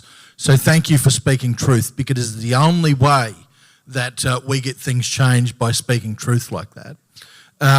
APRA is a disgrace. There is no other way to say it. I know of doctors, not just on this issue, but on other issues, that have really little to do with medicine and more to do with political correctness, that have been hauled over the coals. It is one of these agencies that sort of sits outside the federal government remit, and I get worried about those agencies. They become a law unto themselves. And something needs to be done. It just can't be, oh well, we don't have control over it. There needs to be moves made to actually get control over it, because we have good doctors, good medical practitioners such as yourselves that are going to be thrown to the scrap heap, and then they're going to complain about a medical shortage. And then they're going to start talking about bringing people in from overseas to fill those roles when we actually have good doctors here. There was a doctor down in Sydney who was actually suspended. I think he might be permanently suspended because he posted his views about marriage online. I mean, what? What the hell? How does that affect how that doctor treats you? I had a doctor in my own in my own patch in the Whitsundays who was threatened with deregistration as well, because apparently he said something about vaccinations. He was actually a skin doctor, removed moles that looked malignant. You know, what has vaccination got to do with removing moles? So this is an Orwellian organisation that needs to be dealt with.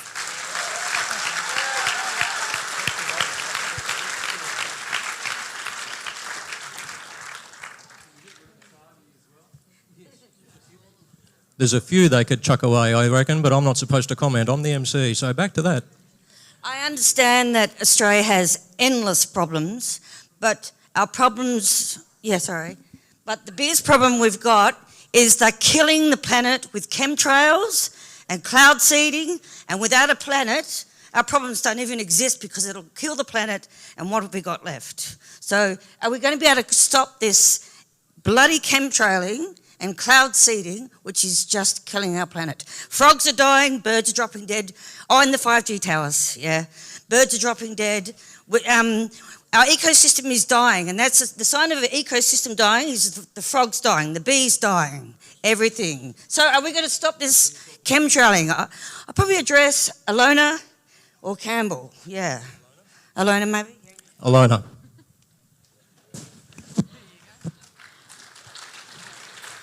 Of course we're going to address this. Major problems. Cloud seeding has happened since the 1950s here in Australia. It's an utter disgrace. The manipulation of the weather has to stop. The manipulation of the planet, the poisoning, full stop, the poisoning has to stop. 5G towers, IMOP would have a ban until safety studies and proper research is done. We'll do that with all chemicals, pesticides, insecticides. IMOP have a really strong health and planetary plan, because you're absolutely right. If we don't have healthy people and a healthy planet, we don't have a life at all. So I'm actually there with you. So IMOP.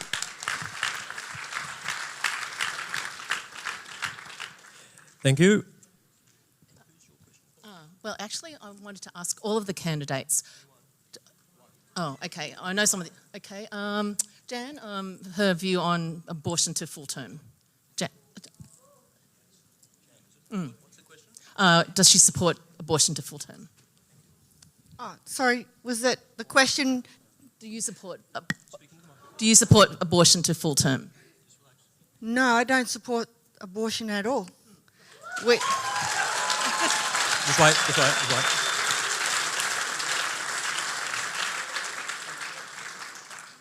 Quickest question of the night, you'll get another one. Who else are you asking? Okay, Campbell and yep. Campbell. Same question. I think the best position I've seen on the matter of abortion, and I don't support late-term abortion, but is actually the One Nation one, which has a number of really important points. I find what the Queensland government under Palaszczuk and Jackie Trad put in not too long ago to be repugnant, morally repugnant, disgusting. So that should be thrown out. George Christensen has supported a number of really important initiatives about the rights of children who are actually born, essentially born through the abortion process. If they're alive, they should be treated like a preemie baby. The right to anaesthetic for a child going through an abortion process, counselling for women. So I'll just commend the One Nation policy that George has been promoting. It's really very good.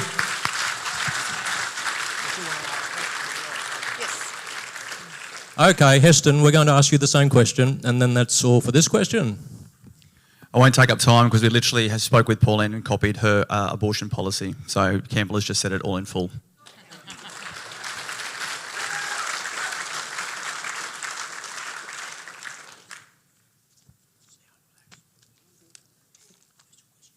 Okay, I'm going to ask Jason.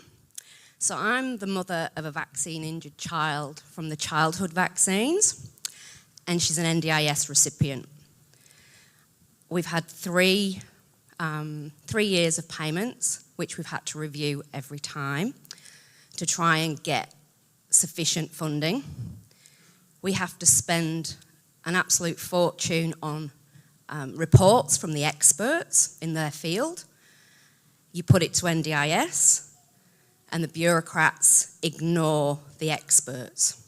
Most of our funding goes on reports. So my question to Jason, because I can't ask them all, is what reforms are you going to look into for NDIS? Because it most certainly is not in the recipient's interests. Yeah, thank you. And I agree with you 100%. I get out quite a lot around Queensland, and I've spoken to thousands of people as I've travelled around this great state, and I'm actually in contact with someone now, a lady from Maleny, who's actually going through this pain. I didn't know the full extent of how bad the NDIS was. We have a pretty clear policy within GAP, and that is that the people actually own the country, and our health systems are owned by the people. So we are massive advocates for clearing the bureaucracy, A, the bureaucracy out the way, but B, not having panels of bureaucrats sitting here making decisions, but people that are informed and educated in the space of NDIS, and not just NDIS, I'm talking about other services that Australia, we have right now that are just blown off the scale with bureaucracies. We don't need it. We need education, but we need people to actually step up, and GAP has a nice policy on this one too, to actually help people. We don't need you being told whether you can be nursed at home or in a clinic somewhere else. That is disgusting, and no Australian should be subject to that. We actually support all Australians in this space. I could make it as clear as that.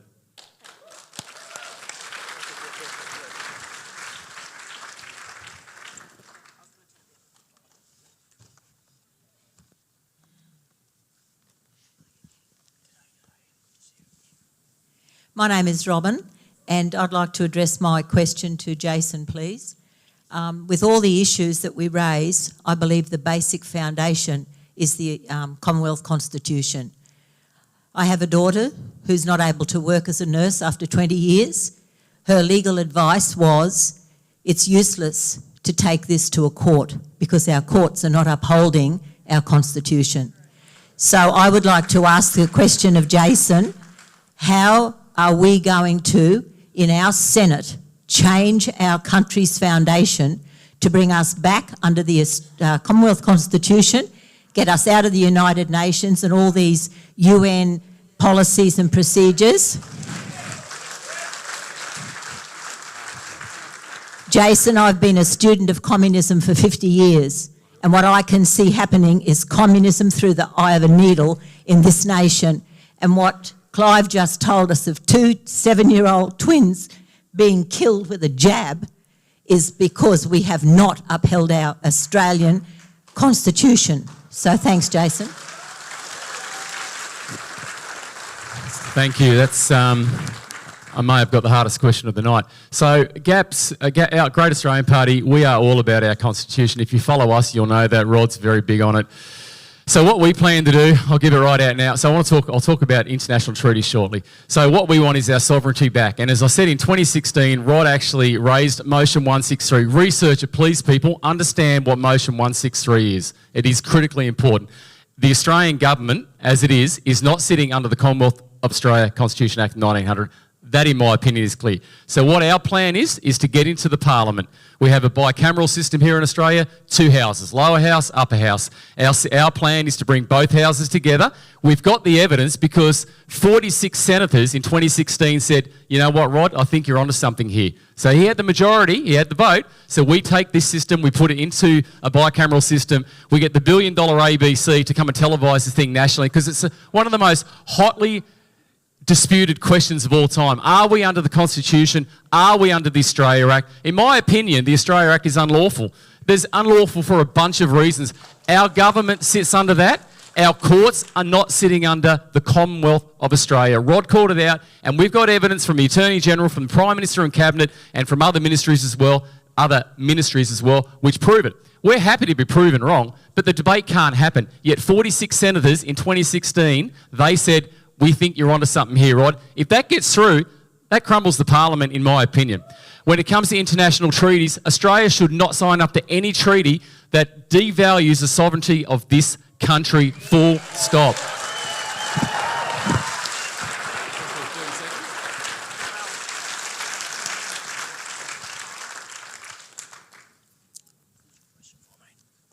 My question is for Jan. Okay. Now, I asked this question 3 years ago and it was very deftly avoided. I'm hoping this question will not be avoided this time.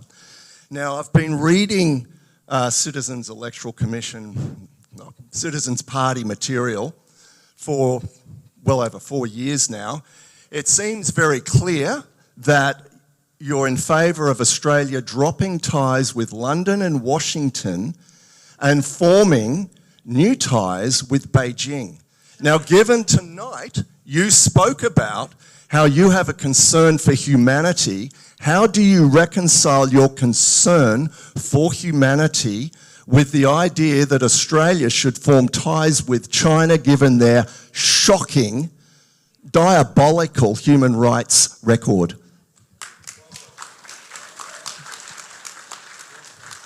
Thank you for the question.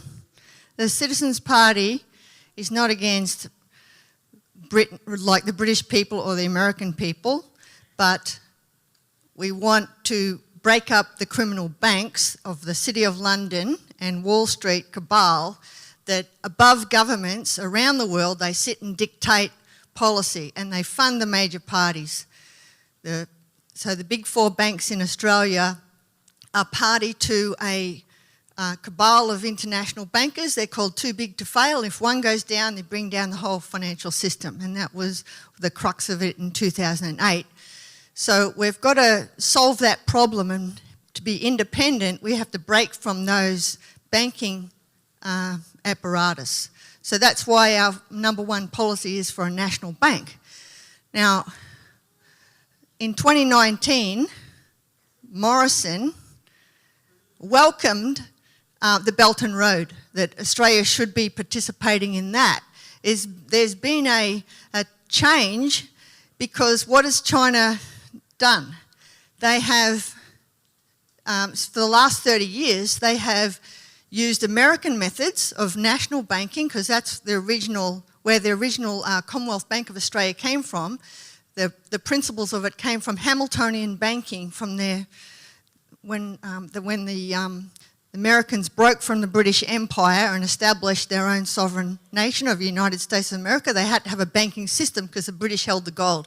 And that system of national banking was spread to Japan, Germany, Australia. We all developed because of it, and we've lost it for the last 30 years. But China, in the last 30 years, has taken it up, and they have raised 800 million people out of poverty.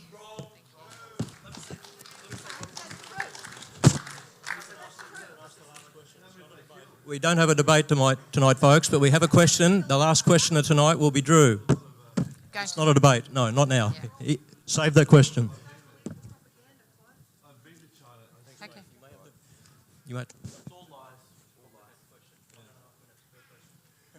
Thank you. That's a complicated question, and I'm sure a lot of the people here behind the table will be able to answer your questions after we finish tonight. We have a line up against the wall, and we'll keep proceeding as we can. Sorry. Well, I'm actually going to allow Clive to have time to answer this, seeing he's the only one that's actually addressed the elephant in the room, and that is Hunt has ordered 11 vaccines for every man, woman and child in this country. Does anyone really think that the mandates have been lifted and the noose around our necks is actually going to stay after the election? We are facing genocide in this country, and there's only been a couple of people in this panel that have actually dealt with it. Now, Clive has dealt with it. He's mentioned having to face a situation where somebody's come up and their twins have died at the 7 years of age, and the question is, I'm giving Clive time to answer this. And before I do that, is everyone aware that ScoMo is planning very soon to have a draft document to sign all our medical sovereignty over to the United Nations World Health Organisation? And the last rumour I heard was that APRA is now not operating under the Australian Constitution. It is operating under the United Nations Constitution.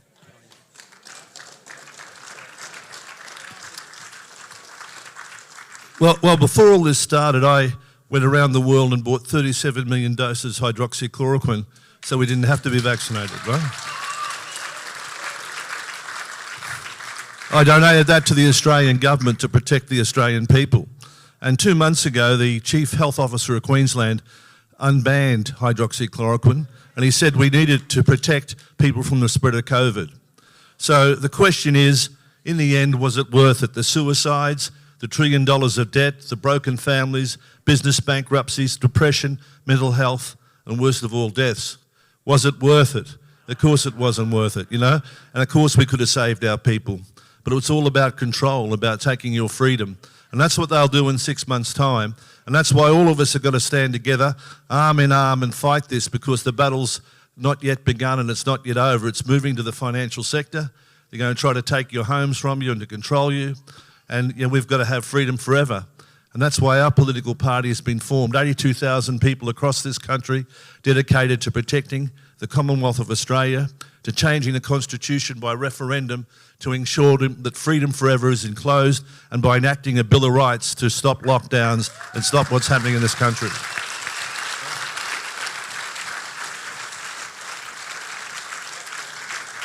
Thank you. My question is to Matt. The child support legislation has been an issue for myself for the last period of time, where I've had arguments with Child Support Agency and they're not listening to what my concerns are. Are you aware of any change that are coming to the legislation, and are you aware that basically if you get back into power you're able to rewrite the legislation that actually is fair for both sides of the party and not just one side? Yeah. Look, it's a very good question because it comes up all the time, and I feel for the situation you find yourself in and your children and family. The reforms that we have been progressing that are still going through the family court system is to require much greater performance of our family court judges. I personally believe the biggest issue in this system is the delays that occur to find resolution. We've got situations, some judges are very good, but a big amount of them are quite lazy in my view, and do not pass enough judgments, so a lot of families end in limbo, which only can exacerbate the tensions that obviously occur in these situations. Now, Christian Porter was leading this quite aggressively against the judicial system, and in my view, one of the reasons he was targeted and ultimately felled was because he was taking on the judiciary of this country. It is quite difficult for the Parliament sometimes to regulate the judiciary because under our Constitution they are independent, and there's a good reason for that. We do not want governments to be able to control our judges, but they must be held accountable to the people. They are ultimately public servants, and the failures of our family court system are causing immense pain for families right across Australia. So I will continue that pressure up to seek to resolve those issues. And of course, the Liberal National Party's always supported shared parenting as the preferred option, so that both mothers and fathers can be involved in their children's lives. But of course, sometimes when agreement can't be made, the courts are involved, and we've got to get them more efficient.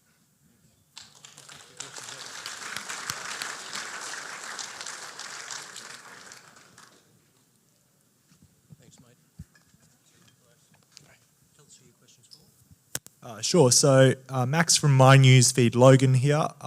Saving all my Logan-related questions for after the debate. My question is to Drew Pavlou. So Drew, as a young person, you'd be aware that a lot of the people on this stage have a lot of life experience. What makes your youth a strength rather than a weakness when fighting the establishment? Well, look, I'm 22 years old, but with I would like to stack up my experience to most backbenchers in the Parliament because, look, the Chinese government put out articles in the state media calling for me to be expelled from the University of Queensland. The Chinese top diplomat in Queensland, Zhu Jie, who's still unfortunately serving in Queensland, he put out a statement calling me a separatist, which is apparently a death penalty offence in China. So that's when my mother received death threats, rape threats, my family receiving brutal, terrible threats. There was a point where I was almost made homeless because of it, because they didn't want me to be living at home when I've got a younger sister and brother and we were receiving threats from the Chinese government, basically. So there are a lot of backbenchers in both major parties and all across the Parliament where I don't think they've ever really stood for anything in their lives. I mean, they go through a system.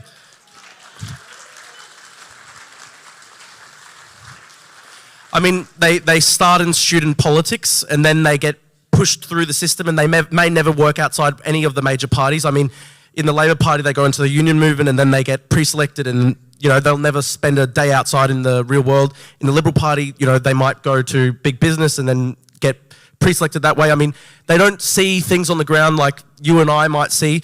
I mean, I'm an ordinary person. We need more ordinary people in Parliament. And look, I've stood for something in my life, and not many people in the Parliament can say that. I faced down a dictatorship that, yeah, put my family at risk, and I kept going.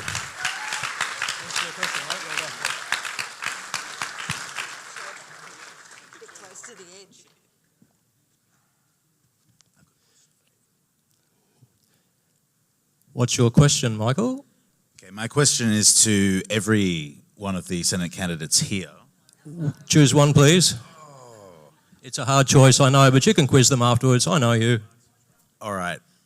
Okay, I'll phrase it this way, so a hand up or not hand up question. Given the discord between Australia and the PRC, how would you each handle China, especially given the moves by Beijing to increase its projection of power in the Pacific? Would you, A, and put your hand up if you would be combative, or B, if you would be conciliatory? Oh, that's a given, that's a given. Okay, combative. Choice A. Just remind everybody what choice B is again. Conciliatory.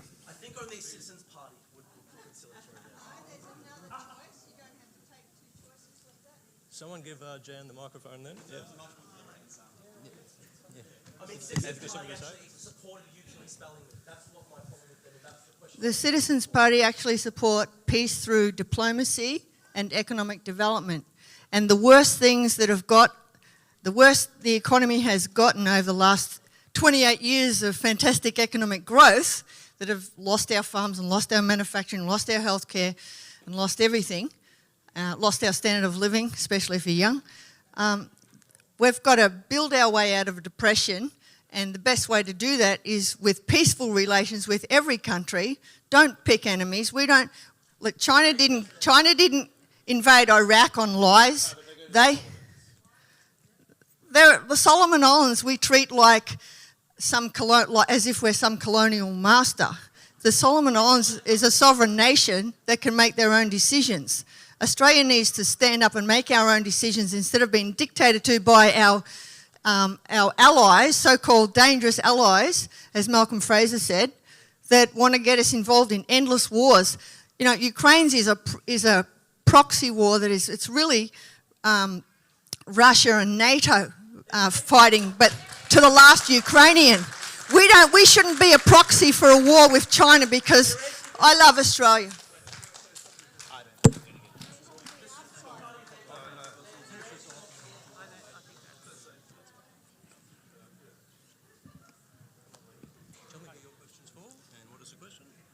Okay, my question is for Jan Pukalis from the Citizens Party. I know enough about politics to know that this is a Dorothy Dix question, right? Because I read her notes and she didn't get a chance to explain how we can rebuild this nation, we the people who really have the power, we don't need to wait for an election, but how we can do that in baby steps, namely using the Postal Savings Bank, which then goes on to become the National Infrastructure Bank. So if I could get a question. Okay, so the solution to the economic crisis of the last 30-odd years is to build our way out of a depression. The government needs the power to create credit. We currently don't have that power since the Commonwealth Bank was sold off first by Labor under Hawke and Keating and then by John Howard in 1996. So to get that power back, we can use the precedent that has existed in Australia for a long time. The post offices is the institution that was the institution of the original Commonwealth Bank in 1913, and without that institution, Australia would not have developed. We would never have built the infrastructure of dams, power stations, railways. We can do that again. We have legislation for that. We've got, and as the Post Office Bank takes off, as in the $1 trillion or so in superannuation sitting there or being used overseas in some toll roads or whatever, we can invest it in Australia's physical economy to support farming and manufacturing with the large-scale water projects and power stations necessary for a highly industrial economy that we used to be. So that's what we need. And as it gets popular, we can turn it into a national bank like the Commonwealth Bank was.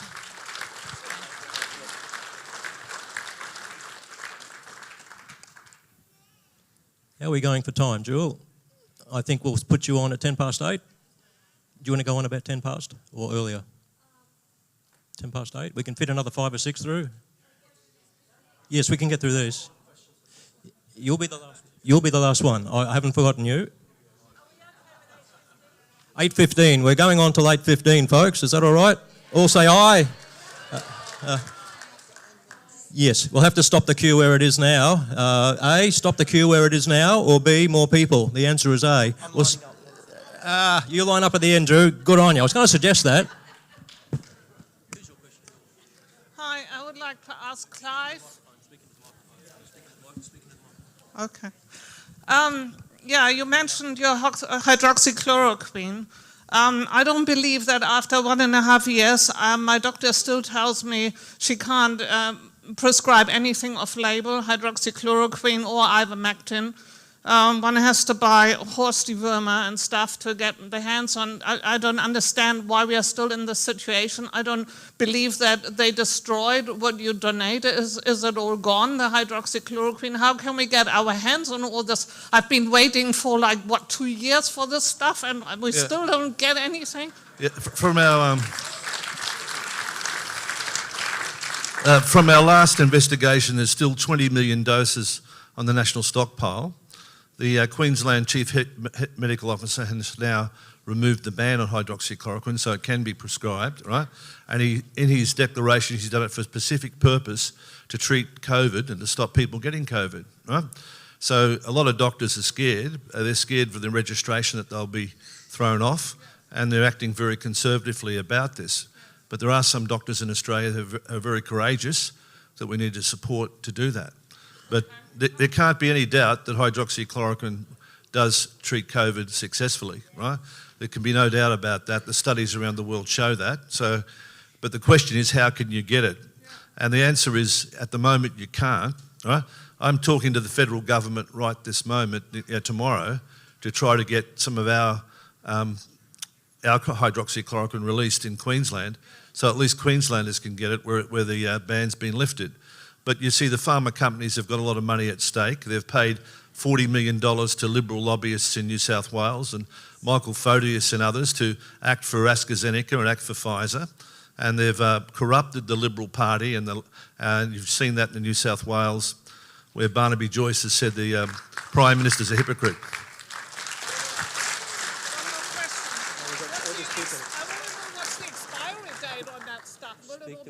Speak to Clive afterwards. He'll be hanging around. Yeah. Thank you. You can catch them afterwards. We have to keep going. Next, please. Let's keep it brief, folks. We've got a few more to go through. Rod Dole, running mate with Jan Picullis, Citizens Party. My question is to Andrew. Andrew, do you have a foreign policy, and what is it? Drew, sorry. We forgot we'd send him over into the pilgrims' quarters over there. Thank you. I've been waiting 5-6 years to be able to confront someone from the Citizens Electoral Council. For 2 years, you guys have to understand, for 2 years, I was exaggerating a little bit, but for 2 years now, I've thought, where is this party? They get 10,000 votes at the elections.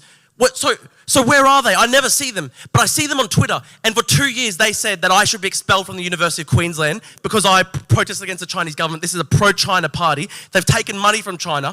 Where do they get their funding? Did you know in 2016, the Citizens Electoral Council, I'm just saying, did you know that the Citizens Electoral Council in 2016 received more funding than Pauline Hanson's One Nation Party? They had $1.7 million in funding, 10,000 votes. Where did the money come from? It comes from China. So, okay, that's number one. That's number one. I've been waiting to... I've done my fucking homework. I've done my homework. $1.7 million. You take more money than Pauline Hanson. You get 10,000 votes. Where does the money come from? China. We all know it's China. We all know it's China. Yep. Now, I just will very quickly say on the issue of foreign policy, we believe in decoupling from China. We believe in decoupling. We will not.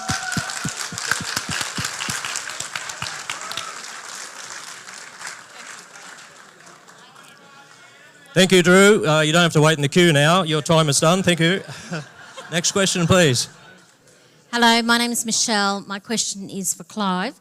Clive, I'm very excited to hear that Australian money, you want to bring it back onto the shore. My question is about foreign aid. We borrow a lot of money for Australia to help other countries. Where does that money come from? I'm guessing China. When Australia can't pay it back, will China hold our properties in Australia, and will we ever be free from China? Like there's no auditing with foreign aid. What happens to that money? Where does it go? And will we stop it from happening again? Well, firstly, I've got the biggest joint venture with anyone in the world with China, $15 billion in the Pilbara, Western Australia. I know them. I know they're murderers. You can't trust them. They're unreliable. I fought them in the courts for 8 years, right? Every 3 months, the Citizen Electoral Lobby will be happy to know that Chinese give me $150 million. That's where my money comes from, but it comes from Australian iron ore. That's where it comes from. But the answer is, with foreign aid, we're facing a national crisis. We're going to need foreign aid ourselves after the next election. So there should be no foreign aid given to anybody, right? Aussies have got to put Australia first and put you first. But ask the million Uyghurs that are locked up in China what democracy's like. Ask the 500,000 people that were murdered last year by the Chinese what democracy's like. That's what they're all about. They're ruthless, they want to control us, and the poor people at their fronts have got no idea, never been to China. I was in China in 1962. I've seen people dying of famine and starvation. I've met ministers, I've talked to their president, and I know exactly what they're like and how they think, and they don't regard anyone here as being a human being.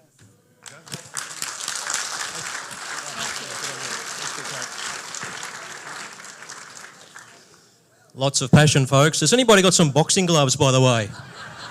I think I need a head guard. Yeah. This one will be to Heston Russell. I'm a former Australian soldier. I served in 2 combat tours. Right now, thanks. I now own a national mental health company for veterans where the Department of Veteran Affairs are failing to reinstate contracts, failing to reach any deadline to assist anybody at this stage. We lost 41 defence personnel in the Middle East. We have lost nearly 1,300 at home to their own hands from suicide. You are 31 times more likely to take your own life than to be killed by the Taliban or Al-Qaeda. It's not good enough. The Australian Defence Force are working overtime right now. They're out there on the reliefs on the borders for COVID relief. They're working on floods, and the morale has come down. When they come out, the level of assistance through the department right now, it's just not worth it. 46.8% will experience a mental health concern within the first 12 months. Right now, we need morale in the Australian Defence Force to keep them in and to want to do their service and want to do what the taxpayers paid them for so that they don't come out and experience what most people are experiencing right now. So my question to Heston is, what are you going to do to rebuild or assist in rebuilding the morale within the Australian Defence Force, and what can you do to hold the department accountable so we can start changing and saving lives?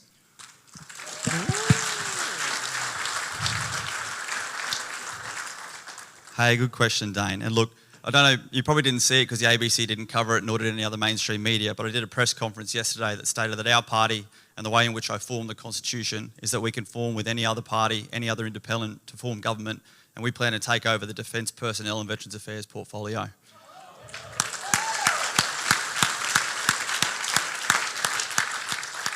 And we'll work with any party and provide any preferences to those who will comply with our Defence and Veterans policy. Go to australianvalues.org.au, and I wrote that with the team December of last year.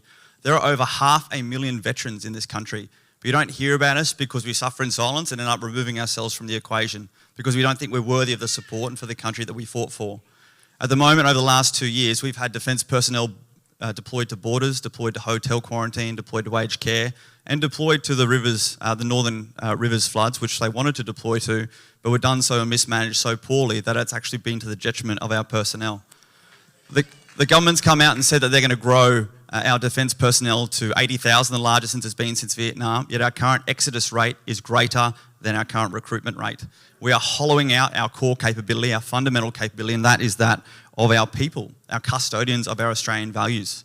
So right here and right now, we have our Defence and Veterans policy that we will abide by. We need to hold the Department of Veterans Affairs accountable. They have just this last week extended the Royal Commission by a year that you haven't even heard about. The Royal Commission has been extended by a year. And our blueprint for manufacturing and how we are going to get Australian manufacturing back in our country is to get every bullet and bean that goes into our Defence Force manufactured here at home, because currently all of our supplies come from overseas. Thank you. Thank you, Heston. Yeah.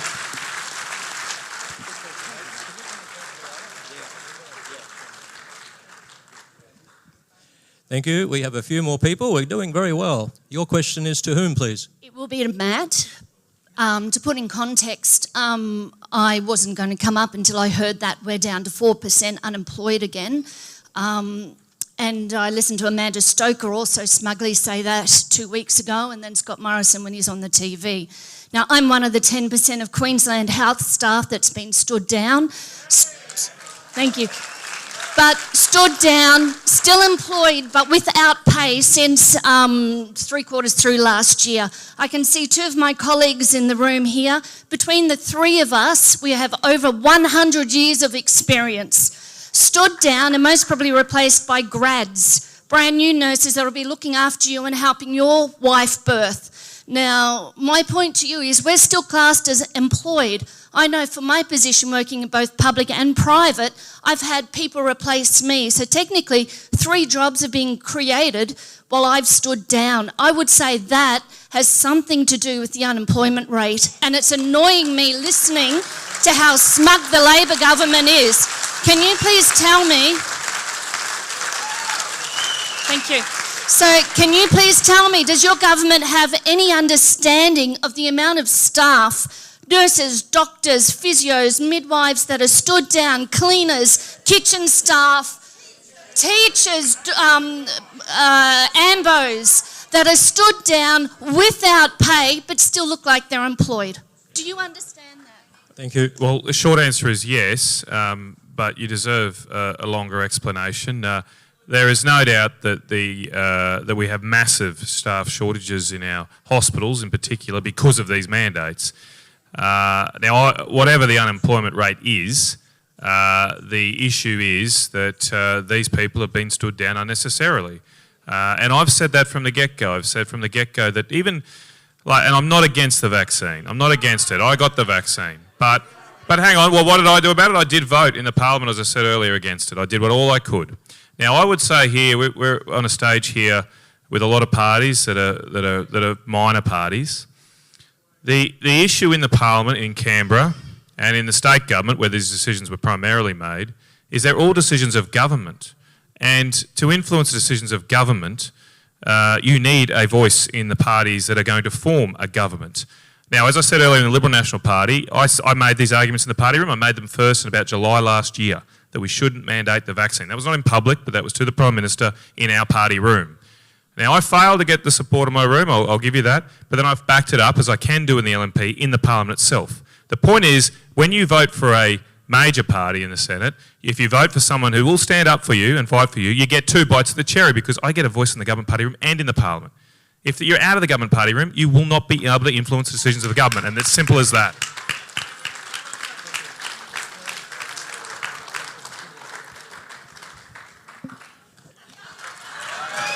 Thank you.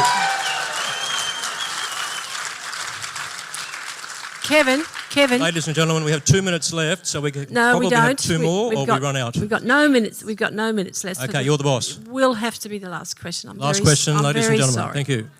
Well, do you want us to keep going?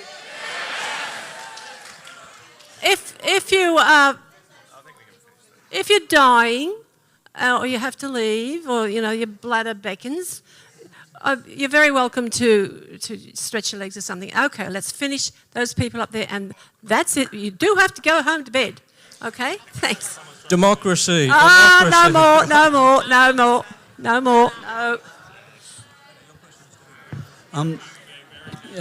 My question is to Clive. However, Matt can feel free to comment. Clive, great work on what you are doing for the Australian people. It's tragic to hear about those 7-year-old kids. And what my question is, what more can be done to actually publicise such things to the Australian people? We know we're not going to read about this in the newspapers tomorrow. It's not going to be on Sky News. It's not going to be on the ABC. It's not going to be in the Courier Mail. It's not going to be in the Australian. And that's been the case throughout this whole debacle. And just wondering what more can be done to publicise the truth to the Australian people. Well, I've tried to put up to $3 million of ads in our national papers and museum magazines, and the government, Matt Cabinet's government, has threatened the papers that if they run any of our ads, they'll cancel all government contracts with them. Huh? Shame on you, Matt. Shame. Right? Yeah, shame. Okay? And the same thing's happened with televisions. We've made TV commercials, and John Skerrick of the TGA threatened Gold Coast Radio for running our ads to let people know that people were dying. We sent text messages to all Australians with a copy of the COVID deaths. You would have got some of them, and that's what we did. But there's censorship in this country, just like there was in Russia with Joseph Stalin. There's fascism, there's tyranny, and we've got to overthrow it.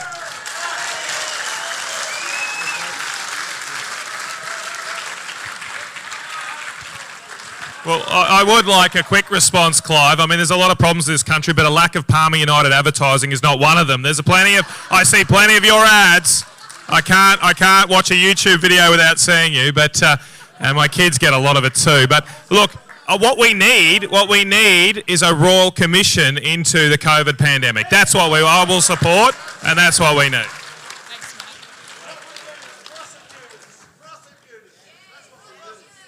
Ladies and gentlemen, you heard it here first, a royal commission. Can I get a show of hands first? Who's got a policy on changing child support policy? Thank you. Yes? Okay. Questions to Matt. Matt, it concerned me that there was a gentleman here tonight that had an issue with child support. Okay? Still. I sat with Nigel Scullion in 2004 in Darwin. I explained to him how the child support agency drives paying parents insolvent, how it causes suicides, how it causes murders, and why am I sitting here 18 years later still hearing about this stuff? What have you done? What are you going to do? And why has nothing happened? Well, I will repeat as what I did earlier and my sympathy with you and your family, but I will not make promises I can't keep. No government, no politician is going to completely be able to remove the heartache of divorce and the tensions it creates. There's just not going to be sometimes a perfect solution in these difficult situations. And anyone trying to promise you otherwise, in my view, is lying to you. Now, we should make the system better, as I mentioned earlier, and I do believe the Howard government in particular made it better. We introduced shared parenting, a default that all kids should have 50% of their time with both parents. Now, of course, in some circumstances that cannot be provided, but that is the default that remains in the family law system. As I said earlier, I won't go into repeating everything, but I do think the most important thing right now is to reduce those timelines, get the lawyers out of it as much as possible, and try and find voluntary arrangements. When two people split up, it is very, very difficult. And no politician is going to be able to completely fix every issue in that environment. I'm sorry.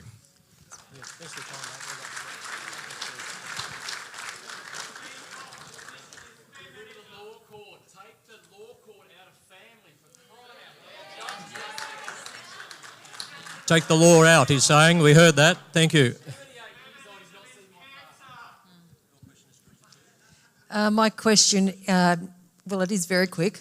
I want a show of hands from everyone. we're talking about Royal Commissions into COVID. Let's talk about the Wood Royal Commission.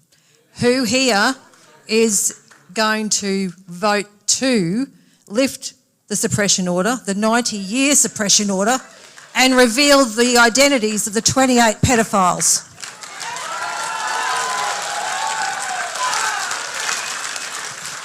I think it's pretty clear.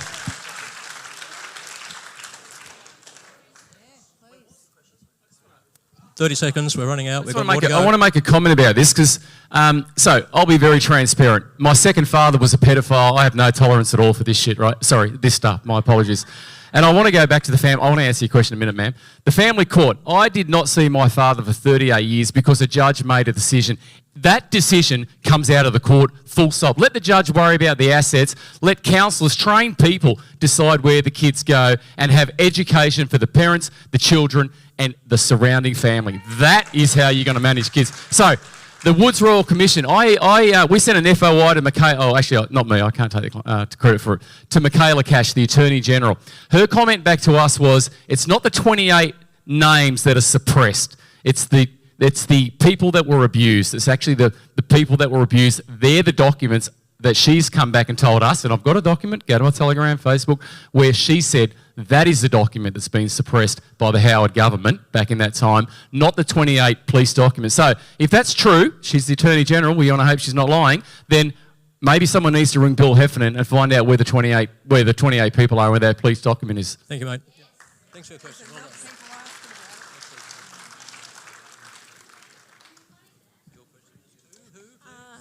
So my question tonight is to George, and thank you to all of you for being here tonight. So George, this is on behalf of my sister who's not here tonight. Obviously you've spoken out about the WEF and the ties that our country has with these globalist elites. I want to know, in practical terms, no fluff, nothing that, is just going to get cheers or claps, but in practical terms, what can our parliament do and what are you going to do in order to decouple us from something that is obviously very insidious, is very embedded, and is probably going to be quite hard to decouple from, in practical terms, please? Thank you. Yep. That's a very, very good question. I think the first thing is that the people who sign up and are part of this World Economic Forum need to be exposed, and they're from all sides of politics. That's number one. If you're going to be part of that outfit, put your name out there publicly and say that you're part of that outfit. The second thing that we can do, now Parliament has a very, very important function in terms of the treaties that we sign up to. While governments might sign up to treaties, it's got to be ratified, and Parliament has to give the tick of approval or against. So we can, if we have the right people in both houses of Parliament, stop some of these treaties from becoming reality. Now, I know the World Economic Forum doesn't do treaties, but they're part of that whole globalist mix, right? So the one thing is that I sort of don't get this. Scott Morrison, at the start of the pandemic, when they were talking about a great reset, said we didn't need to have a reset. And I thought, you beauty, wow, was he saying this to the World Economic Forum? That's standing up to him. But next thing, we're doing a digital identity agenda. And I don't get that. As I said before, we shouldn't be dictated by the top down, by globalists down. It should be from the people up. And the only thing I can say is just vote for people who are going to support the people up. And I've got to say, a lot of people on this panel are those people.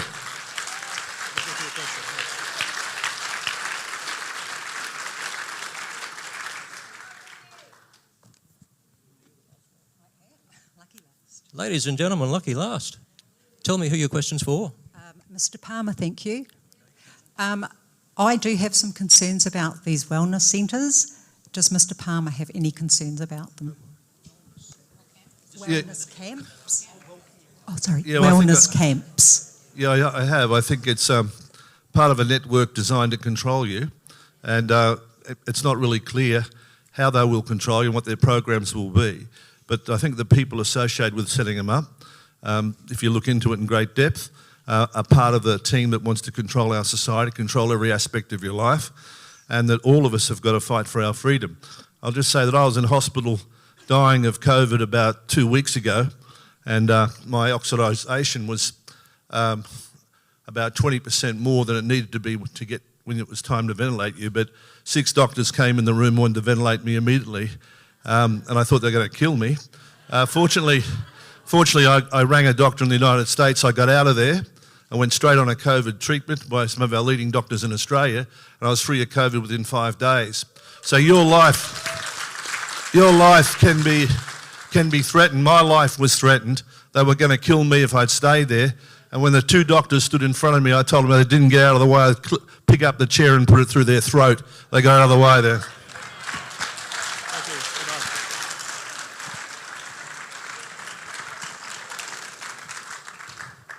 Ladies and gentlemen, well, how did that go? Was it good? Yeah.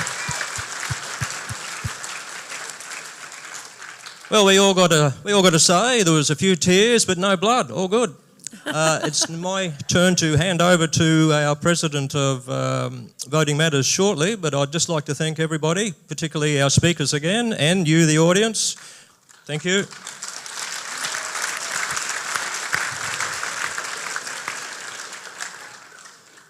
Some of us may not have had dinner before we came here, so we could be getting a bit hungry now. And finally, I'd like to thank you all here and the team behind me for the opportunity of being your MC tonight.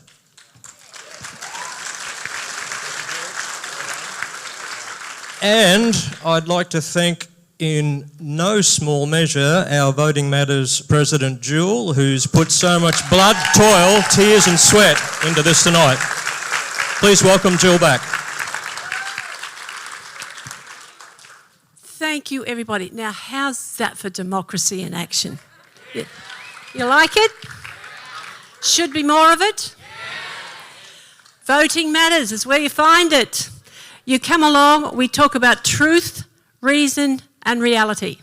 There's no hype, there's no spin. It's the truth we talk about. We get experts and we find out a lot of information behind policy decisions that are being made by politicians. And we often know a hell of a lot more than the politicians do. And so you are very welcome to come along to Voting Matters. If you are not on my mailing list, please see the ladies out in the front foyer and get on my mailing list, and you'll get meeting notices. And just one thing that I want you to understand is that we never charge for our meetings. That is a sacrosanct rule that a lot of people criticise me for, because these things are expensive. We are actually $500 down on what we have raised this evening, and I'm very grateful for what people have donated. But if any of you are in a position to throw a few more dollars in, we'd very much appreciate it, because it comes out of my pocket and I'm on a pension.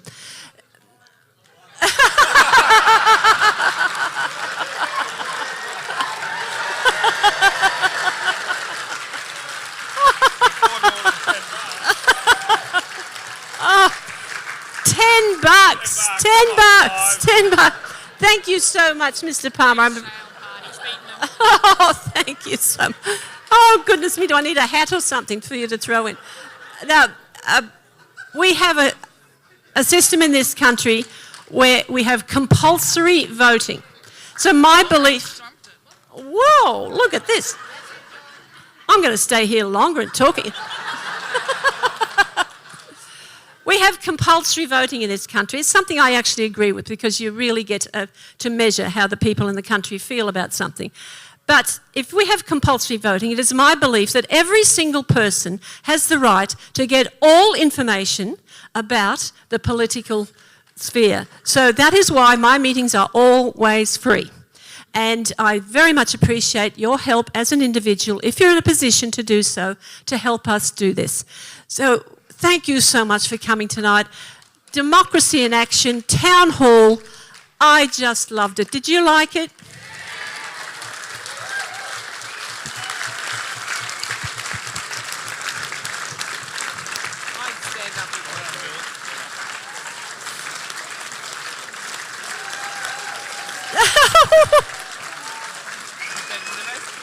Oh, standing ovation. That must be for Kevin, I think. Thank you, everybody. Thank you and good night.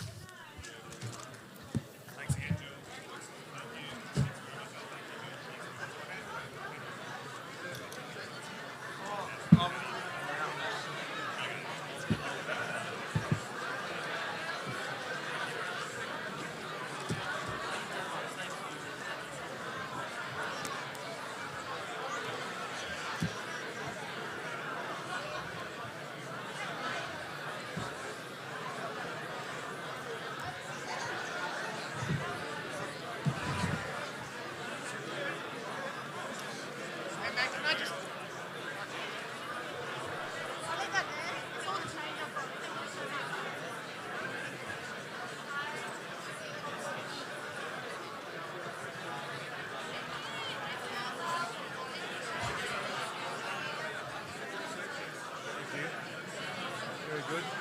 Most enjoyable. Few lively bits and pieces here. I'm going to try and bail Campbell up from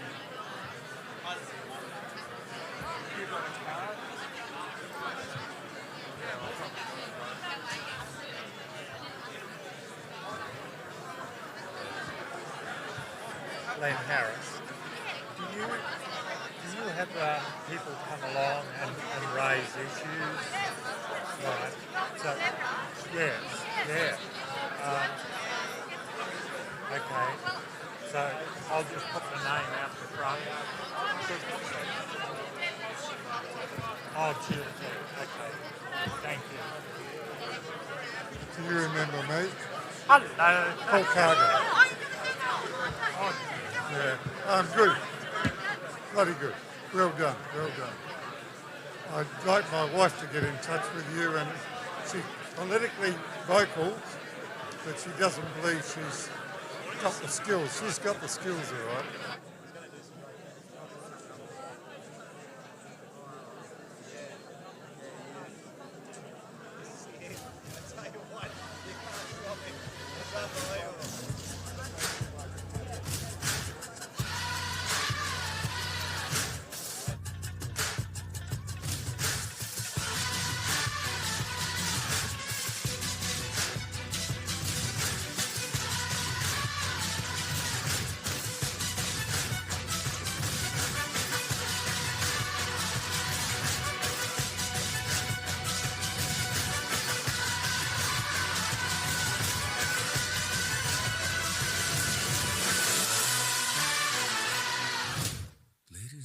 This is the moment you've waited for.